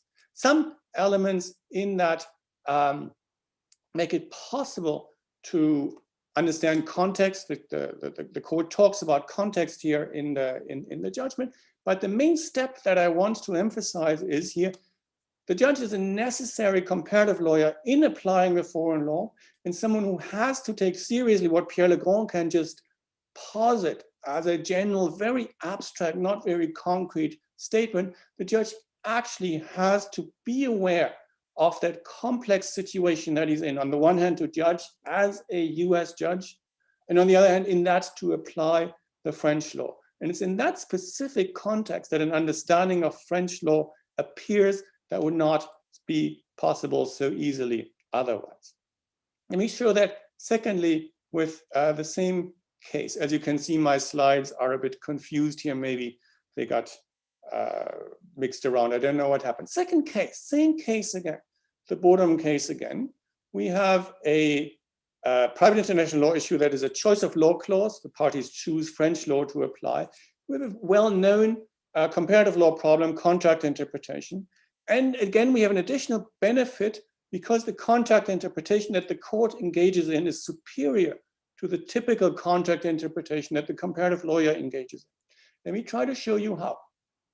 So here's the clause. The clause says essentially, this is the contract clause, agrees that stockholder can manufacture and distribute any products outside of France, and household is not entitled to any such activity in France. Now the question is, does outside of France mean, as Bodum says, in the UK, or does it mean, as household means, anywhere but France? A literal meaning would say it clearly means anywhere but France. And in the UK should be wrong. But if that's what we think, we're already, of course, on track to making a potential mistake, because we know from contract interpretation the famous dispute between objective and subjective contract interpretation. Objective contract interpretation in the commercial code in the US, we find that says essentially what matters is the literal meaning of the terms. And that would mean here outside of France, and Woodham can't just come in and say, in reality, with outside of France, we meant anywhere in the world, because it's not there in the words, and therefore it is not the proper meaning of the term. French law, arguably at least, and you all know that because it's a standard problem in comparative law, goes the other way around, to say you cannot get stuck with the literal meaning. You have to look to the common intention of the parties. And if the common intention of the parties was to say this only means in the UK, then that would be the common intention of the parties. Now, you also know, of course, that these often come to similar results. This is all confused here. I don't know what's wrong with my slides. But what you see in the case, and often do not see in comparative law analyses place the French contract in French law and French culture, and the US contract and US law and US culture. Here what we have is a mixing of the two. We have a French contract under French law to be interpreted by a court in the United States, a transnational court contract that is not specifically French. It is entered into between a French party and a Danish party, transnationalized, and then transported into the United States. So what we have to interpret here is a contract that is somewhere in between legal cultures. And so what comes out through the judgment, which you can't read because it's too long, is how much indeed this court, without being a good comparative law court, engages backgrounds. The need for arbitration, the potential need for arbitration, the background of French law versus US contract law, the way in which merchants negotiate, and the way in which they actually draft their contracts. In other words, places this contract in between legal orders in a way in which comparative lawyers typically do not. So that's my second example. Let me give you a third example. This is a decision on the recognition and enforcement of a judgment giving punitive damages, a Californian judgment on punitive damages. And the question is that recognizable in Germany? The private international law issue here is the public policy exception. I'll explain that in a minute. The comparative law issue, although it's not express, is the functional method. And the additional benefit here is that the functional method enables normative evaluations. The public policy exception is this: normally foreign judgments are enforced unless, this is number 4, the recognition of the judgment would lead to a result that is obviously incompatible with essential principles of German law. What are those? The clause does not tell us, and indeed, doctrine is very, very vague in this often. What the Federal Court of Justice does, interestingly, without saying it explicitly, is it engages in functional comparison. What is functional comparison? Of course, functional equivalence is to say different legal systems have similar solutions to similar problems, but they're not actually similar, they're equivalent because they go in different ways. So law 1 here goes one way and law 2 goes another way, is a functionally equivalent solution leading to the same result by different means. That's in fact the analysis that the court applies here to the issue of punitive damages. Let me jump over the rest of the compensatory damages and go into the punitive damages. What the court does is to say punitive damages are not immediately punitive. Rather, we have to see what do they actually do, not what are the words, but what do they actually do. And the court finds 2 functions, you see that on the bottom, that are compatible with German law: to avoid undercompensation and to provide for legal costs. German law provides for legal costs, your lawyer's costs are paid, so you don't need punitive damages for that, but you enforce a judgment that that gives you punitive damages because it gives you something that German law gives you as well. Avoid undercompensation. Punitive damages serve to make sure that you get compensated for damages that you could not prove but probably had. And German law says we also want to provide full compensation, so we can accept that as well. What we can't accept are the areas where punishment exists. And not because we do not have a functional equivalent, we have that in Germany, but because that is assigned to criminal law, to the state. It's the state that has the monopoly on that. So the functional method, as we know in comparative law, traditionally does not allow for normative judgments. It says that legal solutions are equivalent, which literally means of equal value. So the functional method itself has no such normative criteria. What here the court does is to say, we precisely use this method in order to lay down the bases that enable that normative assessment. And that's the added value here, something that the functional method itself cannot do. I'll jump over the fourth issue, although it's the one that we're studying at the moment, which is the alleged issue of child marriage, where the German legislator, and incidentally the Dutch legislator as well, all but wants to treat foreign child marriages the same as domestic child marriages, and does not take what we take to be a necessary decolonial perspective. But I would say that this decolonial perspective comes out in the specific case law. I won't demonstrate that here because I'll run over time.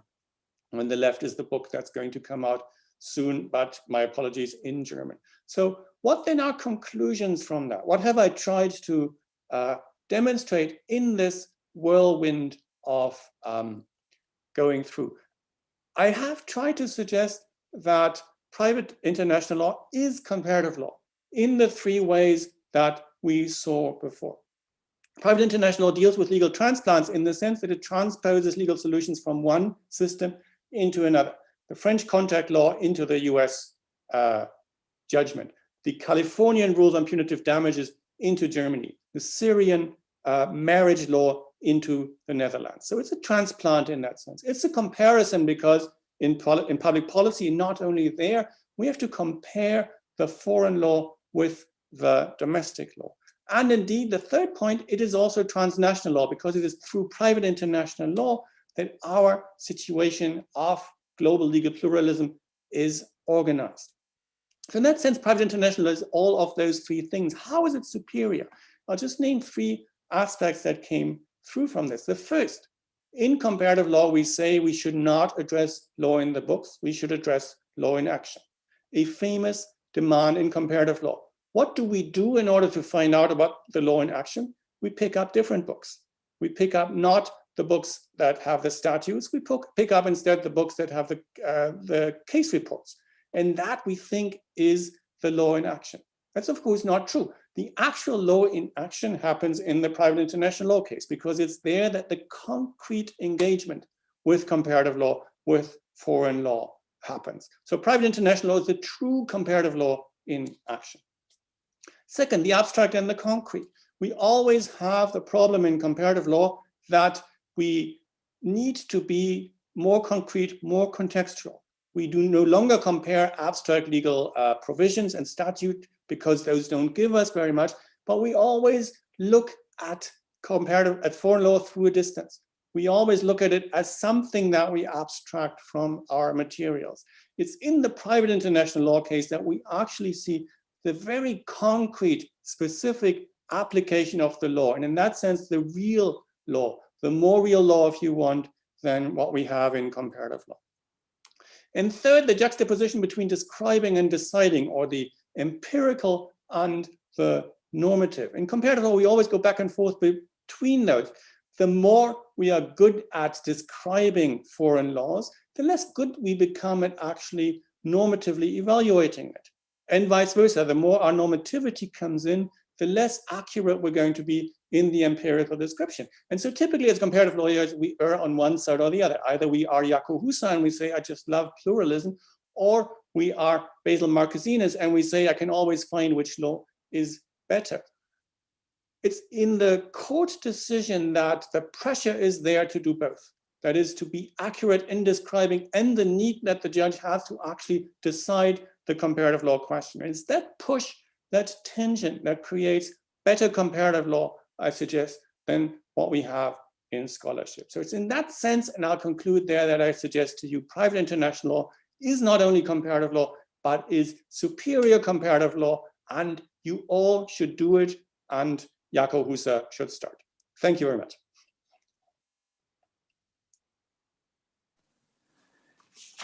Thank you so much, Ralf, for a wonderful lecture. Really fantastic, stimulating, rich, by rethinking indeed the interrelationship between comparative law and conflict of laws.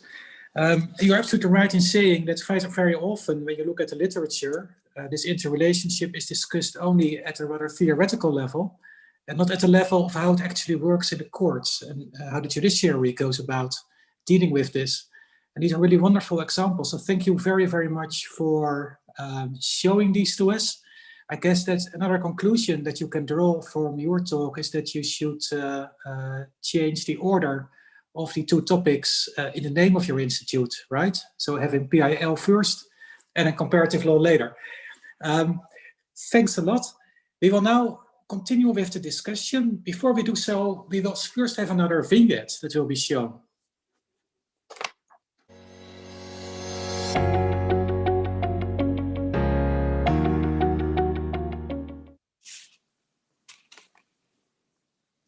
Yeah, fantastic.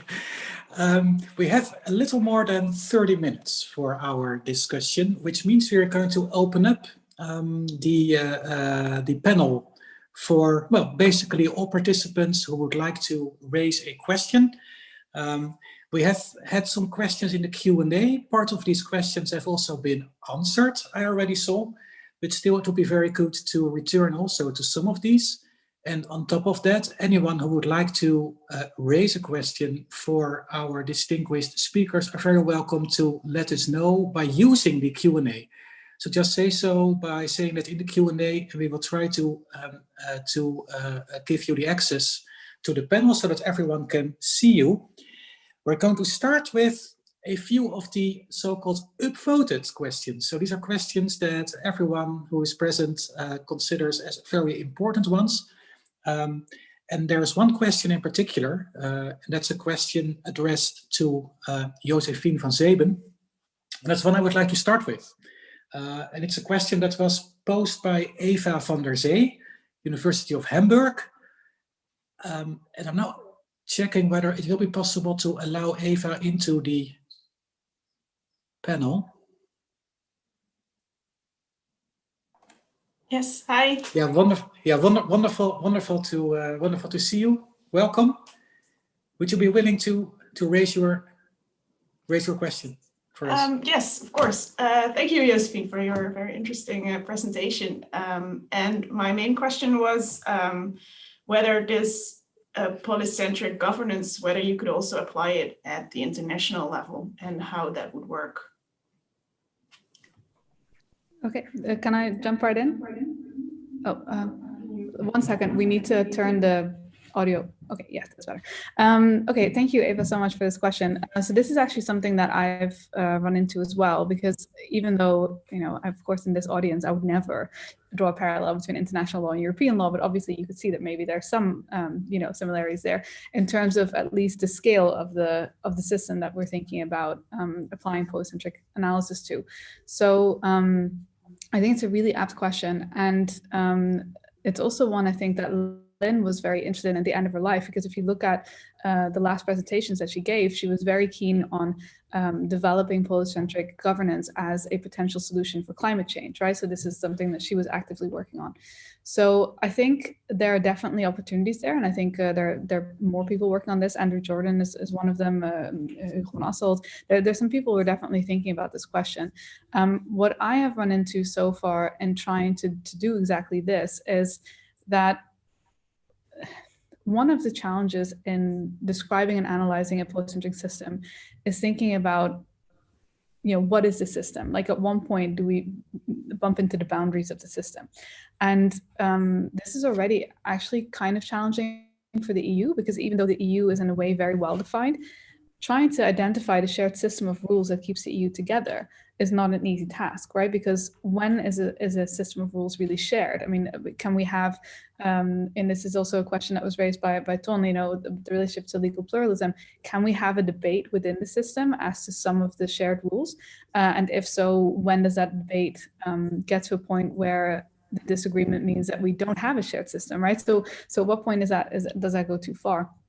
And I think for international law, the challenge is similar, because there's so many different regimes within international law that I think to speak of international law in general, I think would be quite challenging, because I think really what we're seeing more in international law, as we also in some ways see in the EU, is a combination of a sort of a nested system of systems, right? So sometimes the Ostroms and post-centric theory are also likened to one of the earliest network theories as well. So this idea that you can have networks that connect to each other in different ways, and I think that's maybe I think that would lend itself to a better and more accurate analysis. So rather than saying international law as a whole, looking at specific regimes within international law where you can clearly identify the shared system of rules, and then from there apply this polycentric analysis.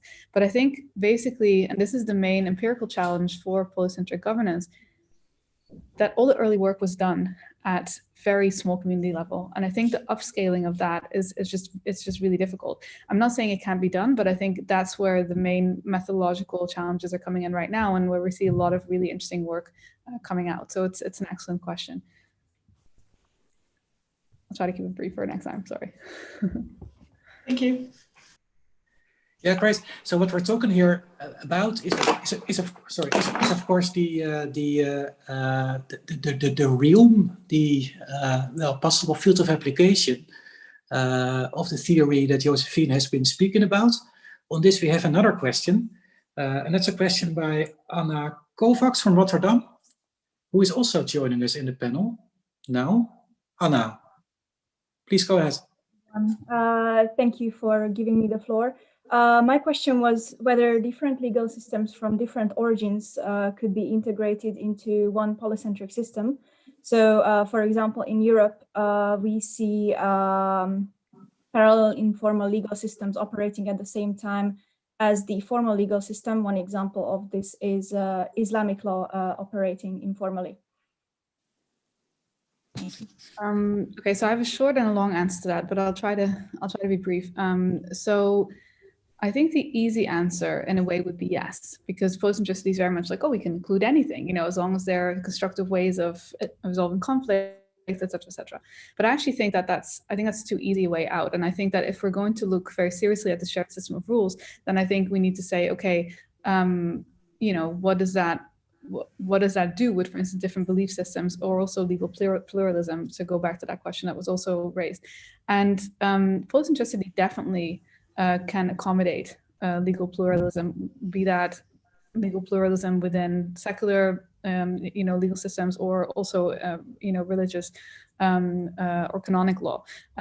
But the challenge is that at the moment, the conceptualization of the shared system of rules that I've been working on with Anna Bobic, we looked, for instance, at the values in Article 2 of the TEU. Now, in a way, that's a good starting point, because, you know, that's our proclaimed shared norms that we have and values that we have within the EU, from which then a certain amount of rules are, you know, are created.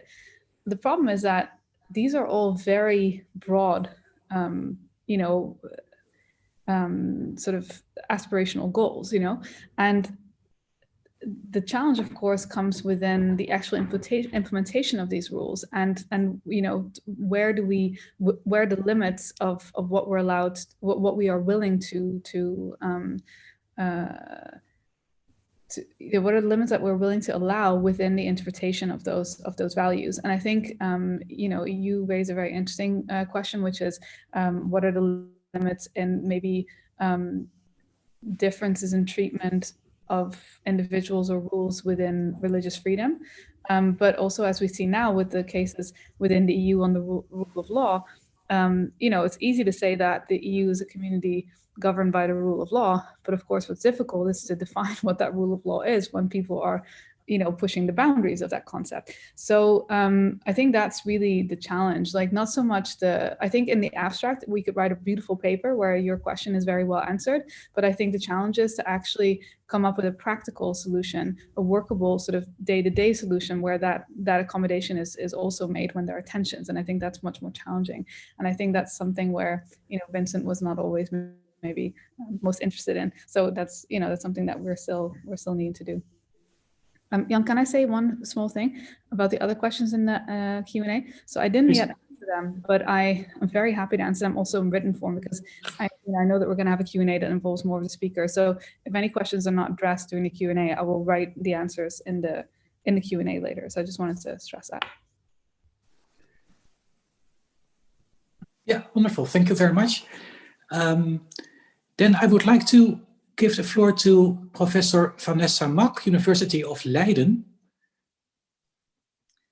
Yes, thank you, Jan. And may I start by congratulating you on organizing this conference so well in a format that we're all now sort of used to, but I'm still seeing new things that you're using at the University of Maastricht with the nice vignettes and so on that really make this a very pleasant experience to take part in the conference in this format.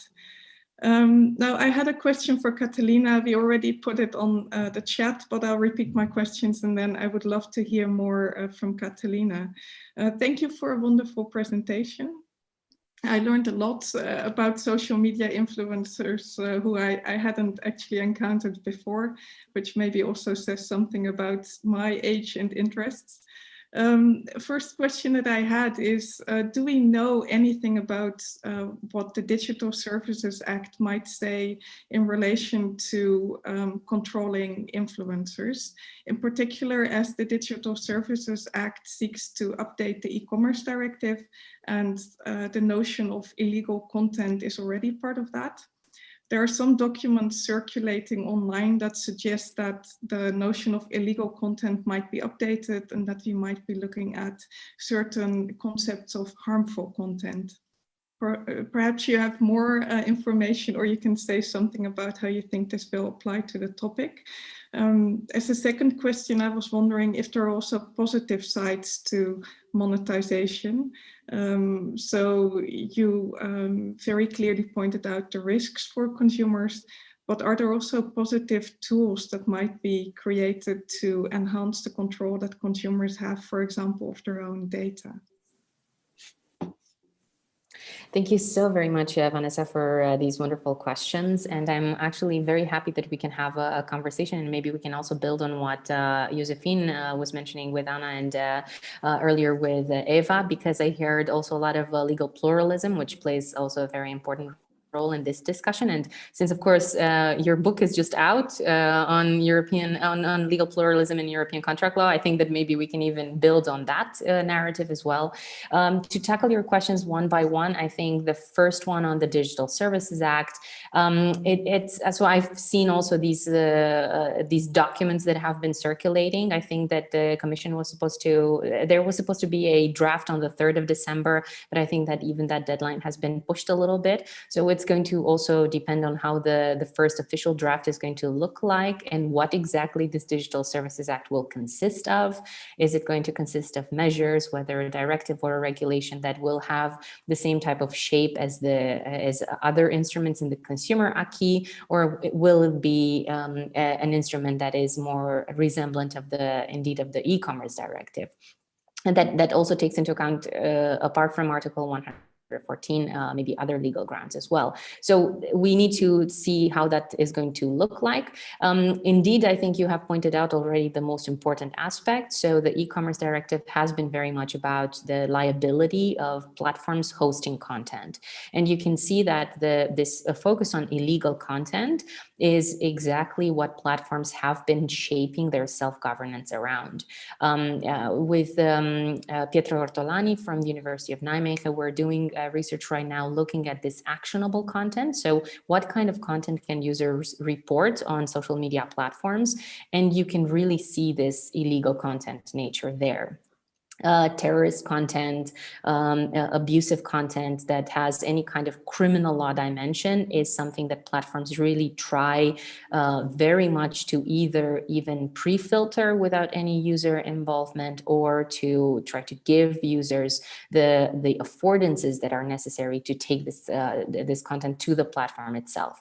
So there are a lot of developments here now, to the extent that there can be an expanded concept, and then we can think about harmful content, and then under this label we could put content that doesn't comply with, for instance, very specific disclosure duties that we have in European consumer protection. I think it remains to be seen, and I don't know exactly how this is going to look like also from a maybe political negotiation perspective, because there are so many expectations that the world has from platforms like Facebook, like and its subsidiary Instagram, like TikTok, and like YouTube. But at the same time, we do have to realize that there are so many different legal frameworks that apply. So on the one hand, it makes sense that there's a hierarchy also of how compliance has been taken into account by these platforms. But at the same time, going into the legal pluralist viewpoint, to the extent that you have to the extent that you also have a platform that is based on contracts between users and this particular entity, the platform, it is a self-standing universe. So it's not supposed to respect every single obligation that a state might have towards its citizens, but it does enjoy a lot of freedom of contract. And I think that this is very much, I don't want to say forgotten, but I think that what I see in a lot of literature on internet governance just moves away from the importance of freedom of contract, because there's this direction of how can we maybe even regulate and such that mandatory norms can become a limitation of freedom of contract. So then I don't know if we will see the end of, or the death of, private law with the Digital Services Act, just to be a little bit to use maybe similar language to what Professor Michaels was mentioning earlier. But yeah, we will have to see. As for the second question, I think that it would be phenomenal to have this conversation also between consumer and contract legal scholars, and then also data protection scholars, because there will be a clash of the titans, given that indeed, on the one hand, there is a very important benefit that comes with the idea of monetization. So apart from the digital literacy skills that have been very much emphasized by work done at the Berkman Center by, among others, Urs Gasser, that shows that, for instance, children who are native digital experts, then they have higher literacy skills in information technology than maybe other categories, demographic categories. But apart from that, indeed, there can also be a narrative of regained ownership. This is what Tim Berners-Lee has been trying to achieve with his idea of re-decentralizing the internet, namely trying to give the internet back to its users. And he has a project called Solid that is aimed at creating an infrastructure which users can benefit from. I think he's deploying now this infrastructure in very specific sectors in the UK that deal with health, and I believe also e-government, and he's trying to see how users can indeed be more empowered. And this brings us to the question of data market. So can we actually foresee in the next 20, 30 years that users can basically monetize their own data and then sell this data? And I think that the theoretical divide here, even if you look, for instance, at the Digital Content Directive and maybe the GDPR, and you see that there might be very different directions, whereas maybe data as counter-performance is something that is quite straightforward for the consumer community. I think our colleague from Maastricht, Madalena Narciso, has been writing on that as well. So on the one hand, we have this narrative, and on the other hand, we have privacy and data protection as fundamental rights that are supposed to be inalienable. So that's, I believe, a lot of ink is going to be spent on these questions, but indeed, it really depends also, I think, on how to, what the normative framework is. So if consumer protection, and then perhaps not even consumer protection as such, but contract law, and maybe the idea of empowering users with more market-oriented tools is to be preferred, let's say, next to the idea of simply recognizing and upholding fundamental rights that have nothing to do with monetization. So I hope that these are some let's say, reasonable thoughts dealing with your questions. Yeah, but I'm very curious also what you think about the legal pluralism dimension also of social media governance. So if you happen to have any thoughts on that. Yes, I'm also looking at Jan Smith. I don't know if there's time for discussion on that. Thank you, Catalina, for your comments. I think in particular the last part really puts in perspective where the discussion is between monetization and fundamental rights. I would love to discuss further, but we can also do that in another setting. Yeah, wonderful. Yeah, thank you so much, both to Vanessa and to Catalina. And also thank you, Catalina, for helping to let private law survive for the foreseeable future, at least. Now, in this first round of questions, there was one question, in fact, for Professor Michaels that he already tried to answer also on the chat. And that was a question by Ellen Ko, who is in fact coming from Singapore, who spent also time in Europe, right, Ellen? Where you were also at the institute of which Ralf Michaels is now the director some years ago, which are now located at the Nanjing Business School in Singapore. Your question was a very general one, not necessarily related to the talk by Professor Michaels, but more about what it is that is good, as you say, well executed scholarship in the area of private international law and comparative law. And that's indeed a very broad question, which is in a way also a very interesting question for our research school, because in the research school, as you all know, the role of our PhD researchers is really, well, vital, if not the most important one. And I'm just wondering whether Ralf would still be able to say something about this question. I see that Ellen Ko is not able to connect, so he's not able to raise the question himself. So I'm sorry that Alan can't ask the question himself. Thank you very much for the question. Alan asked, how do you produce scholarship in the sense in which I described private international law to be the superior comparative law? The first flippant answer would be, of course, you can't unless you're a judge, right? Because my suggestion is that it's actually in the practice of dealing with the concrete situation that we're faced with this. I would not say to take the Bodum case. The Bodum case is not at all a good decision from a comparative law perspective. And comparative lawyers have pointed that out. It gets French law wrong, it is imprecise, but it is the kind of case in which these deficiencies come out much more clearly than in our traditional comparative law work, in which we do not have to decide questions and therefore can fudge over the difficult issues. So in a broader sense, I would say, in that sense at least, the judge is the superior comparative lawyer, even if he's not a very good educated comparative lawyer. I would say more generally, the challenge that we always have in comparative law is that we become too abstract, right? That we try to tell comprehensive, nice stories rather than grapple with the nitty-gritty details of our objects. Some of that is very good. I would say that take the Ostrom conceptualizations that Josephine talked about in the beginning. That's fabulously helpful for us as comparative lawyers as a broad theoretical concept. But it's then the threat that we do not grapple with the nitty-gritty details, I would say, of that engagement. So the closest thing I can think of often as a comparative lawyer to say I try to get at that is to go through actual court decisions, not only with regard to their result, not even primarily with regards to how they come out, but through all of the specific points, sentences of the judgment, something that literature scholars call close reading, in fact, because there are going to be tensions in the case. There are things in which the judge is unsure and so has to fudge over something. It's exactly there that we see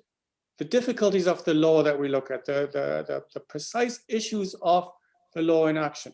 We can get through at that to some extent through case reports, through actual opinions. We can't get at it through case summaries, as important as those are. So if we look at the issue of contract interpretation, for example, we know many of the basic cases. If we don't know them, we look at Jan Smitz's book and we are reminded of those cases. And that is very, very helpful. But the actual life of those is, of course, in the case law. And the next step then is for us to engage with those not just as objects, but as themselves struggles of getting things right. In other words, to try as much as we can to become the judge rendering the decision, even though it's in a foreign legal system, because it's at that moment that we replicate, to the extent that we can, the situation of the private international law judge grappling with the foreign law. That's still very abstract itself, but I think it's the best I can do at this point, at least. Thanks for that question. Thank you so much, Ralf. Now I really would like to go back to a question that was posed to Josephine, and that's a question by Erika Verscheuren from the University of Leuven, who is already with us in the panel for some time. Erika, would you like to put your question to Josephine? Please go ahead. Thank you. So I have read some of Lynn's work and also some work on co-production, which I think is related to your subject. And admittedly, I got into the subject from my own very specific perspective, so hence the questions. First, I think it seems that government is still suspicious of groups of individuals. And I have the impression that the market of commercial players is more open to partnerships, for example. They seem to be more adaptable, but I think the real need for new governance models lies in the areas where the market fails. So my own subject is collaborative housing. And I think government collaboration is essential to resolving these market failures. So how can we turn the mentality of governments around and get them to open up for collaboration? Okay, that's the first question. And if there is still time, there was a second question or remark. I've come across some empirical research, and it suggests that you need substantial skills to engage in citizen participation. And mostly it seems white, educated people, middle-aged people have the time to engage in participation.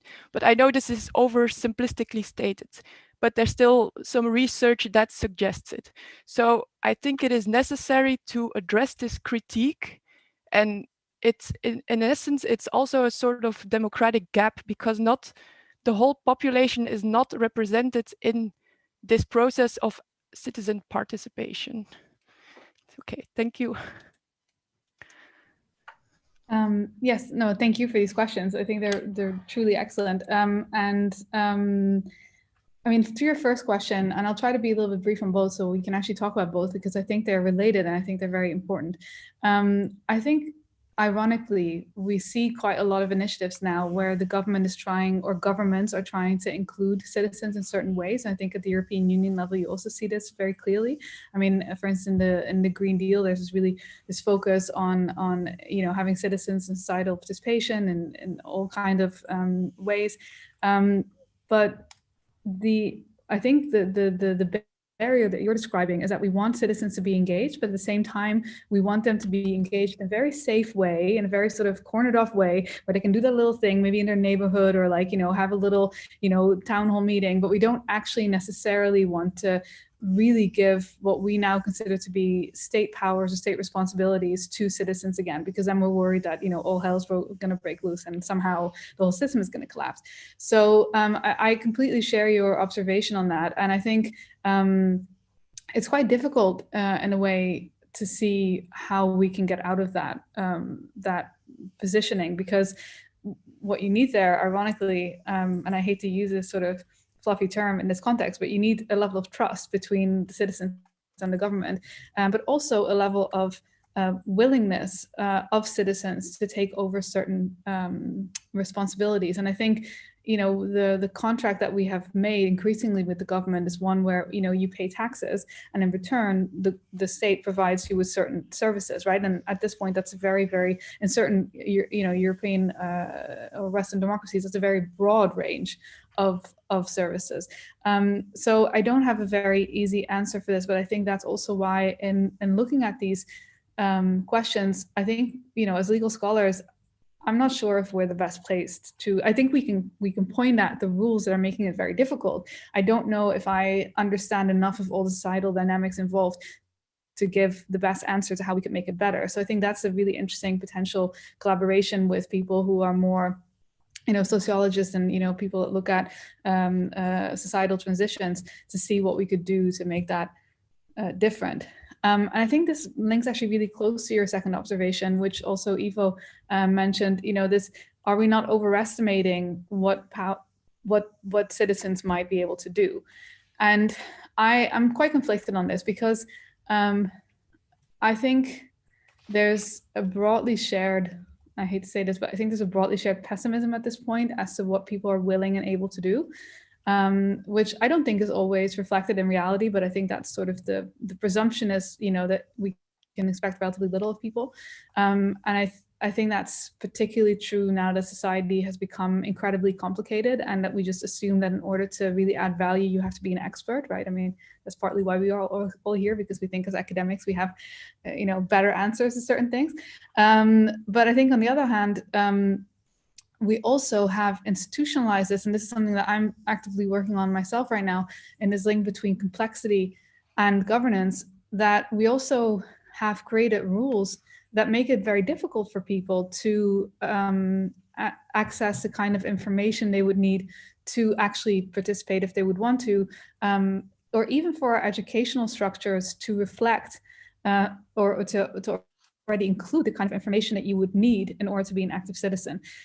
So this is, I know this is a very contentious issue, but for instance, within the EU, to use that example, the fact that you are not taught necessarily or uniformly within all the member states about the European Union and how it works, for instance, at the primary or secondary school, or at least a secondary school level, that's quite frightening. I mean, that's and worrying, because it means that there's going to be this democratic, or you call the gap, but like there's going to be a difference in levels of understanding, even at the most basic level, right, as to what people know about the system and which regulates our lives.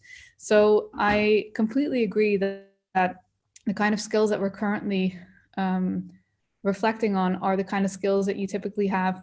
If you have you have a lot of free time, you're independently wealthy, you're super well educated. I don't even know who these people are, but there are apparently some people who have time for this.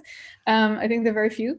And that shouldn't be the case. And I think the fact that it is the case reinforces actually the former problem, the first one that you mentioned, which is that the people that we do see engaging in these things are always the same kind of people. And I think that breeds an even bigger distrust of others, that we don't typically see in these arenas, and then thinking, oh, well, why are they here? If they are here, do they have some kind of hidden agenda that we don't like? And I think all of that is just really eroding anything that we could be building in terms of active citizenship.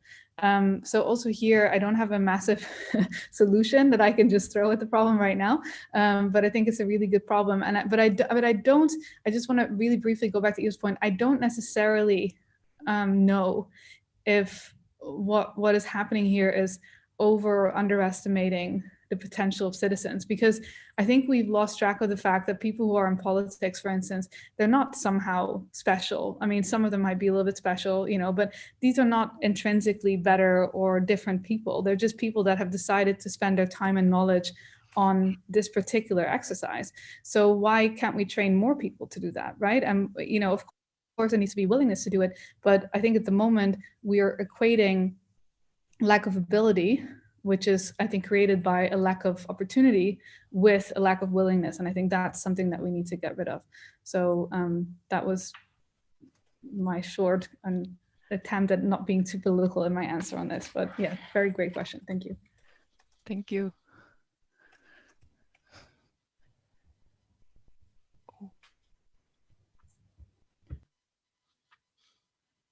Jan, you're still muted. Thank you so much. Yeah, thank you so much, Josephine. We still allowed one colleague back into the, not back, but into the panel, and that's Michiel Helderweg, who is a professor at the University of Twente, where he is teaching law, governance, and technology. And I just would like to ask Michiel, who is also very close ties to Maastricht, by the way, to briefly raise his question. Michiel. Hi, Jan, thank you very much for this unexpected pleasure. Yes, my question, or actually my suggestion to Josephine, was about applying the institutional legal theory approach to the problem of how this polycentric approach could work, and how to establish these shared rules that she's referring to, because there needs to be, if you want these polycentric practices to take place, there needs to be a legal system context that validates the acts within the polycentric arenas. And my suggestion for that was that maybe institutional legal theory can help, because it already operates in terms of, for example, contract law and law on legal persons, legal personality, in terms of these being regimes that exist of sets of rules that make clear how these contracts or legal persons can come into existence, what the legal consequences are once they are in existence, and how to terminate them. And this offers a framework within which, as we know, there are many possible contracts and many possible legal persons. And you could use this fairly simple idea of there being basic rules with multiplicity of ways of applying also on the bigger scale, such as in the example that Josephine just referred to, as these energy communities that can function as polycentric arenas within the European Union. And so to provide these sort of descriptions, and people are working on this at the moment, will allow also those, that was just the matter in the discussion, who want to engage in this but find it difficult, to have sort of a format with which they could work. So that was the suggestion, to maybe look at this. I can imagine that there are formats that are very applied, like the energy communities, but I can also imagine through, for example, European private law, that there are the more abstract types of institutions, and that we should invest in trying to come up with these sort of institutional settings for polycentric practices. Josephine, many thanks, Michiel. Josephine, can I ask you to try to be brief in answering Michiel's question? Then we still have one more question for Professor Michaels, and then we are going to close the discussion. I'm going to try to be exceedingly brief. So I think it's a great suggestion. It's one that it's an approach that I've been working with before I got to the workshop, and I think has great value. I think one of the applications would be the one that you described, so taking existing formats and then, building from that. I think in my work, what I did that's slightly different is that I took the existing EU as a starting point for analysis and then sort of tried to fit the perspective to that. And I think actually what you're describing is something that I then, in doing so, realized needs to be done, which is to create a broader legal theory of this polycentric model. And I think that's where your approach is particularly extremely helpful. So less, going from an existing situation and then seeing how it could become polycentric, and more thinking about, okay, what would this ideal type look like, and how could we give it sort of legal, starting points. But we will definitely be in touch over email, so I'll leave it at that, and then we can talk more. Okay, great. Then I'm happy to give the floor to Dr. Anna Bekkers, Maastricht University. Yeah, thank you very much, and thank you very much to everyone for the presentation. I'll be very brief. I have one question to Professor Ralf Michaels to shortly reflect on on the role of private actors, because if we consider private international law to be superior to comparative law, and we have to look at the court cases, then sort of the decision that comes before the court case is actually which courts are asked to decide a case, and partly that is subject to the choice of the parties as determined by private international law, conflict of laws in particular. So my question would be sort of what role do private actors play? And I'm also asking that because I know that you have been working quite extensively on that, also on the role of private legal orders in shaping private international law. Thank you, Anna. Good to see you. And of course, you have worked on that yourself. And so it's a fitting question in that.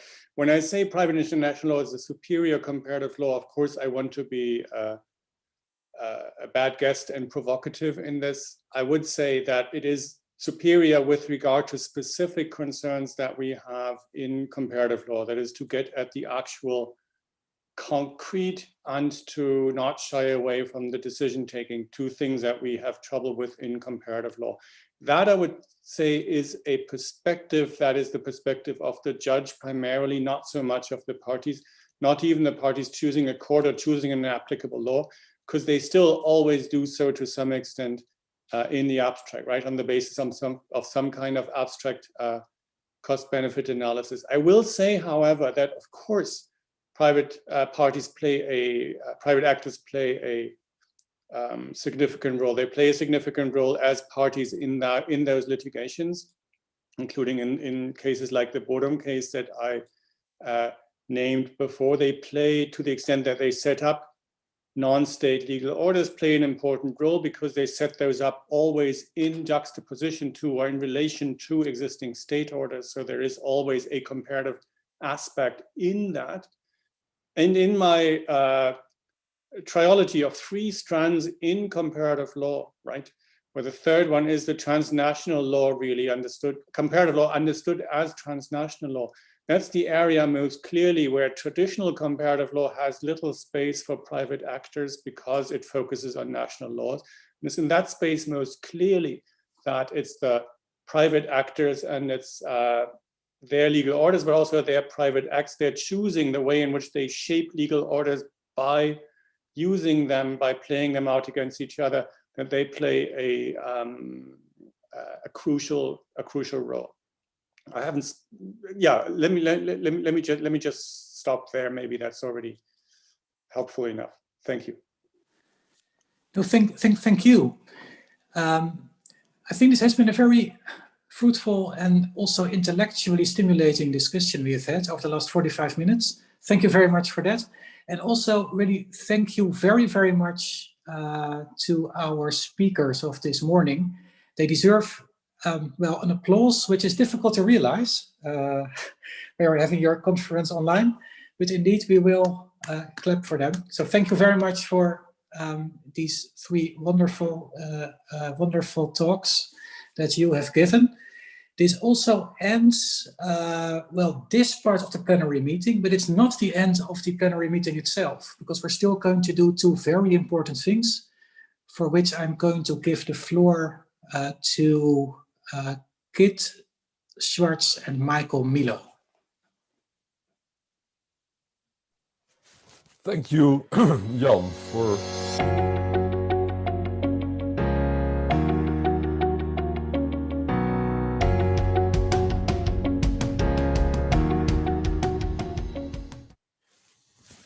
ladies and gentlemen, thank you, Jan.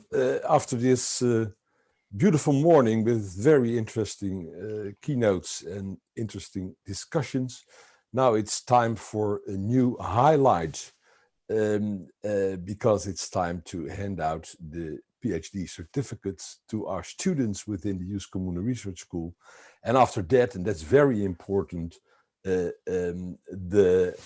winner of the Ius Commune Prize will be revealed. And for this all, I'm proud to give the floor to Michael Milo. He's one of the pillars of the research school, and he's the one responsible for the quality of the research programs. Michael, the floor is yours. Thank you so much, Kit. What a pleasure to be here, all of you. Dear PhD candidates, dear friends, this is truly a happy moment. And we have just been able to see and to listen our role models, I would say. To listen to Josephine, to Catalina, as well as to Ralf, is not just a true intellectual pleasure, it is also what may be lying in front of us. We have something to strive for. Each and every one of us, being a member of a school, being a senior or a beginning member, we are all united, even in these times. We still are very closely connected. And one of those instruments of being closely connected is indeed a training program, the institutional opportunity to see each other and to listen to each other and to discuss on matters of academic and practical importance. Many of us have completed the program. Indeed, Catalina and Josephine were happy to be in the past in the program, and we are so happy to have them again among us. Normally, you would receive a certificate out of my hands, out of the hands of our director, Kit Schwartz. This will still be the case, even though it is an electronic situation. So don't be mistaken. This is a similar situation as always. We are together. Dear friends, there are some of us who are to receive the certificate. And if I mention your name, please do make a sound of joy, because that will not just reveal our emotion, it will also reveal to us the image, because we and you are entitled to sort of meet face to face. So here we are in reversed alphabetical order. From the University of Edinburgh, we have with us Shona Warwick, who has completed the training program. Shona, are you with us? We have not just Shona, we have also Patrick Naaktgeboren from the University of Maastricht. Just as Manon Moerman from Maastricht University. We have Julie Leroy from the University of Hasselt. Femke de Kieviet from Utrecht University. Theodoros Iliopoulos from the University of Hasselt. And Friso Bostoen from the University of Leuven. Dear candidates, you have completed the program. We wholeheartedly congratulate you on this, because it was just such a pleasure to be with you in this program, which I would like to stress should not be perceived as a straitjacket, but it is a very flexible, intellectually challenging, I would say, scholarly platform to have a fundamental conversation on our ideas. Any one of them mentioned, please do not hesitate. If you speak up, you will be full in vision. But it has been my pleasure to be able to hand to you this certificate. Thank you so much. Thank you so much. Oh, Shona, good to see you in Old College. Yes, thank you very much. Really enjoyed the program. Thank Wonderful. you so much. Wonderful, and we so much do enjoy your presence. Yes, I also want to say thank you to everyone, and especially Michael Milo, for keeping everyone passionate about this great project. Friso, it's great to have you here. Wonderful. Take care, all of you. Take care. Enjoy the meeting. Enjoy life. May the sun lighten the paths you take. Thank you, Michael. On behalf of the board, our congratulations to you all. And then another important moment, the handing out of the Ius Commune Prize. And this year, The jury consisted of Hans London Sluik. Oh no, sorry, that's the wrong list.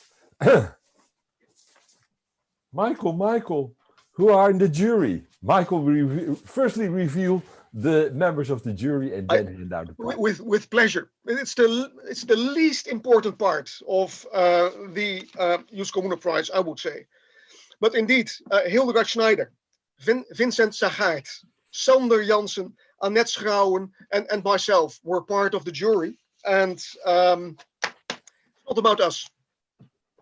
We have been so fortunate to be able to read through all of the papers that were sent to us. In this 20th year of the Ius Commune Prize, 5 years after its start of a research school, we have received many papers. And it is with great pleasure, always, as it is an encouragement of a young author, to further explore the path of enlightened scholarship. Not too quickly. You have to be careful and slow, festina lente, I would say. And we award this prize to encourage a young scholar, but it should also be, of course, original, of outstanding quality concerning content, method, sources, and style. Now, this is not an easy task at all, because in this pluralistic legal environment, there is a lot of work to do. We have been receiving and reading with extreme pleasure various issues of eminent practical and fundamental academic importance.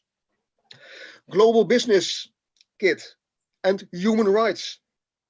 Big data in the law of contract. The legal qualification of crypto assets.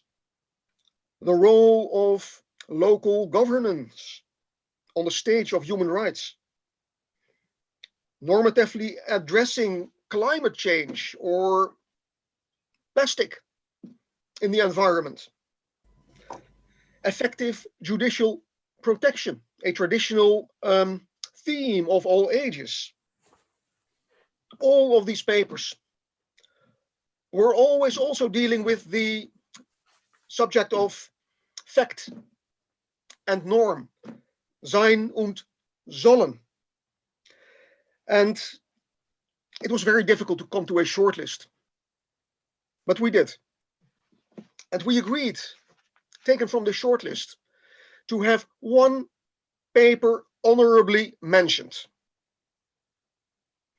It is a paper well written, a paper which addressed the European Union's external border operations in a time of migration, where indeed the operating institutions need to take responsibility or need to be given responsibility, which this paper indeed does.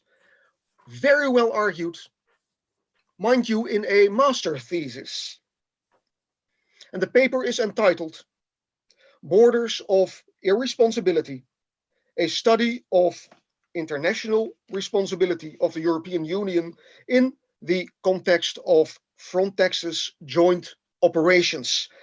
It is a paper written by Tala Gunay from Maastricht University, which will be honorably mentioned. It is a magnificent paper. It is a very fine experience reading this paper. Well done, Talhai. Wholeheartedly congratulated by the jury. Well done. Is Talhai here? Yes, it is. Thank you very much. I'm so glad to hear. Please go ahead. Yeah, I'm so sorry that my video is not available because I'm working at this stage in Mechanism for International Criminal Tribunals. So I don't have the ability, I don't have access to my video. I don't have a webcam here, but I'm so glad to hear that. Thank you very much for reading my paper, for appreciating my work. Thank you so much. You're so much welcome, Talhai. It was a wonderful paper. Thank you so much. And please do proceed, do carry on. The future is yours. Thanks a lot with your encouragement. Thank you. Thank you very much. Talhai Gunai, honorably mentioned. There's a prize still to be mentioned, of course. Who did win the prize this year? The jury decided not to have one prize winner this year. We have two prize winning authors this year with two separate, distinct topics. Our one winning contribution addresses national variations in preliminary reference rates to the Court of Justice of the European Union. The author explores through the lens of legal mobilization, public interest litigation in the field of migration.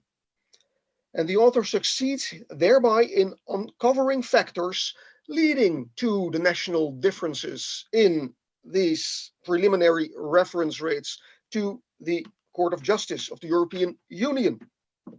And she does so wonderfully in a paper entitled Altruism, Euro Expertise, and Open European Union Opportunity Structures, Empirical Insights on Legal Mobilization before the Court of Justice in the migration field. It was a wonderful contribution.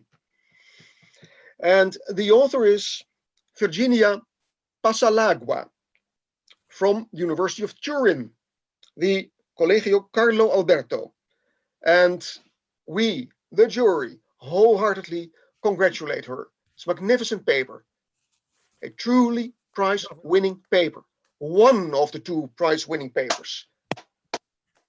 Now, I don't believe that Virginia is with us, but we are with her. She's over there. That's for sure. So, she is. Hello, I'm here. Virginia, so happy to have you here. Thank you very much. I just wanted to thank you for the prize. It's a pleasure reading it, and it's a pleasure sort of seeing your reasoning and to be educated in a topic which indeed needs to be unraveled. Thank you so much, Virginia. You're in beautiful Turin. I am in Turin now. Wonderful. Okay, well, we join you in your happiness. Thank you very much. It's a pleasure having you here. Virginia, you have company because you are a prize winner, but there is another prize winner. And I think we need to know who the second prize winner is. Thank you so much for being with us. And please know that there's always open doors to our research school. Never ever hesitate. Knock on the door, it will be opened. Thank you very much. Take care and all the best.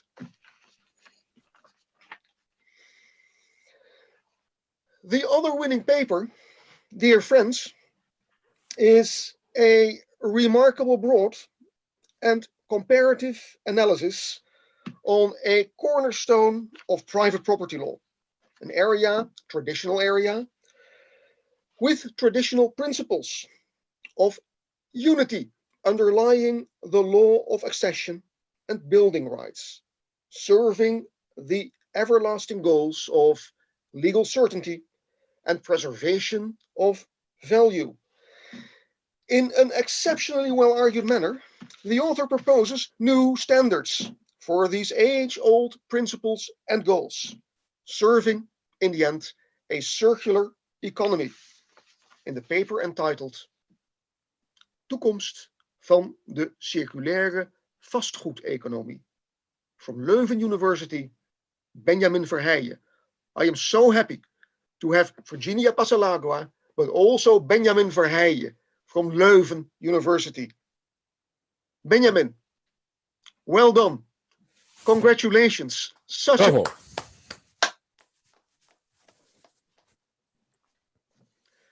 Virginia and Benjamin, you will have a certificate of the prize. You will also have something more, which will also reach you. Perhaps not physically, but you may check your bank account and it will show a difference, large or small, that depends. It's such a pleasure to be here and to have been able to read all these papers. One honorably mentioned and 2 prize-winning papers. You all deserve it. Thank you so much, Kit. Thank you, Michael. Then Jan, the floor is yours again. Yeah, thank you very much. And thank you very much, Michael, for, as always, a wonderful way of presenting our winners. Many congratulations, both to Virginia and to Benjamin. Really fantastic. And the way in which you present the winners, Michael, always makes all researchers within the school, both junior and senior, to participate in next year's Ius Commune Prize. So thank you very much. We're almost at the end of the plenary session. It's also the last time that we are together with everyone in this at this conference. There are still 2 things I would like to do. First of all, I would like to thank some very important people who made this conference possible by organizing the event.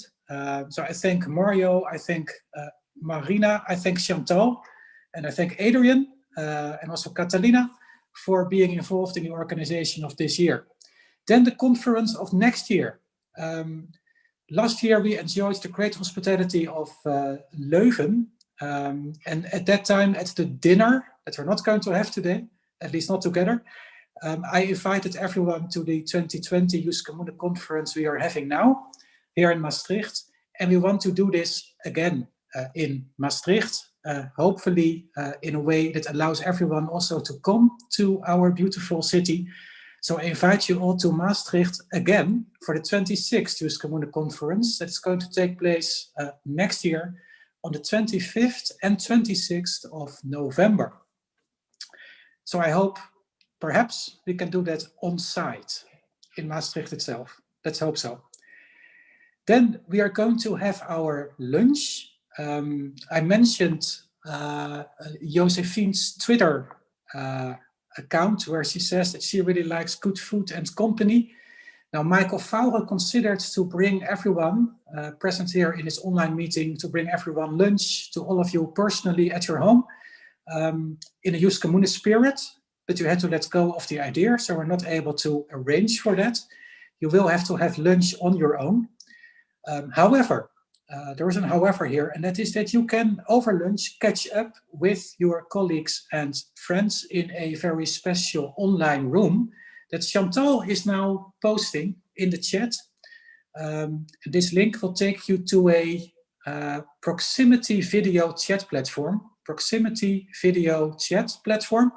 called Wonder, where you can in fact catch up in smaller groups and interact as if you are having lunch well, here in Maastricht. So I hope to see you all again at 2 this afternoon for the workshops, and of course tomorrow for the other workshops we're going to have. Thank you very much for now, and see you soon.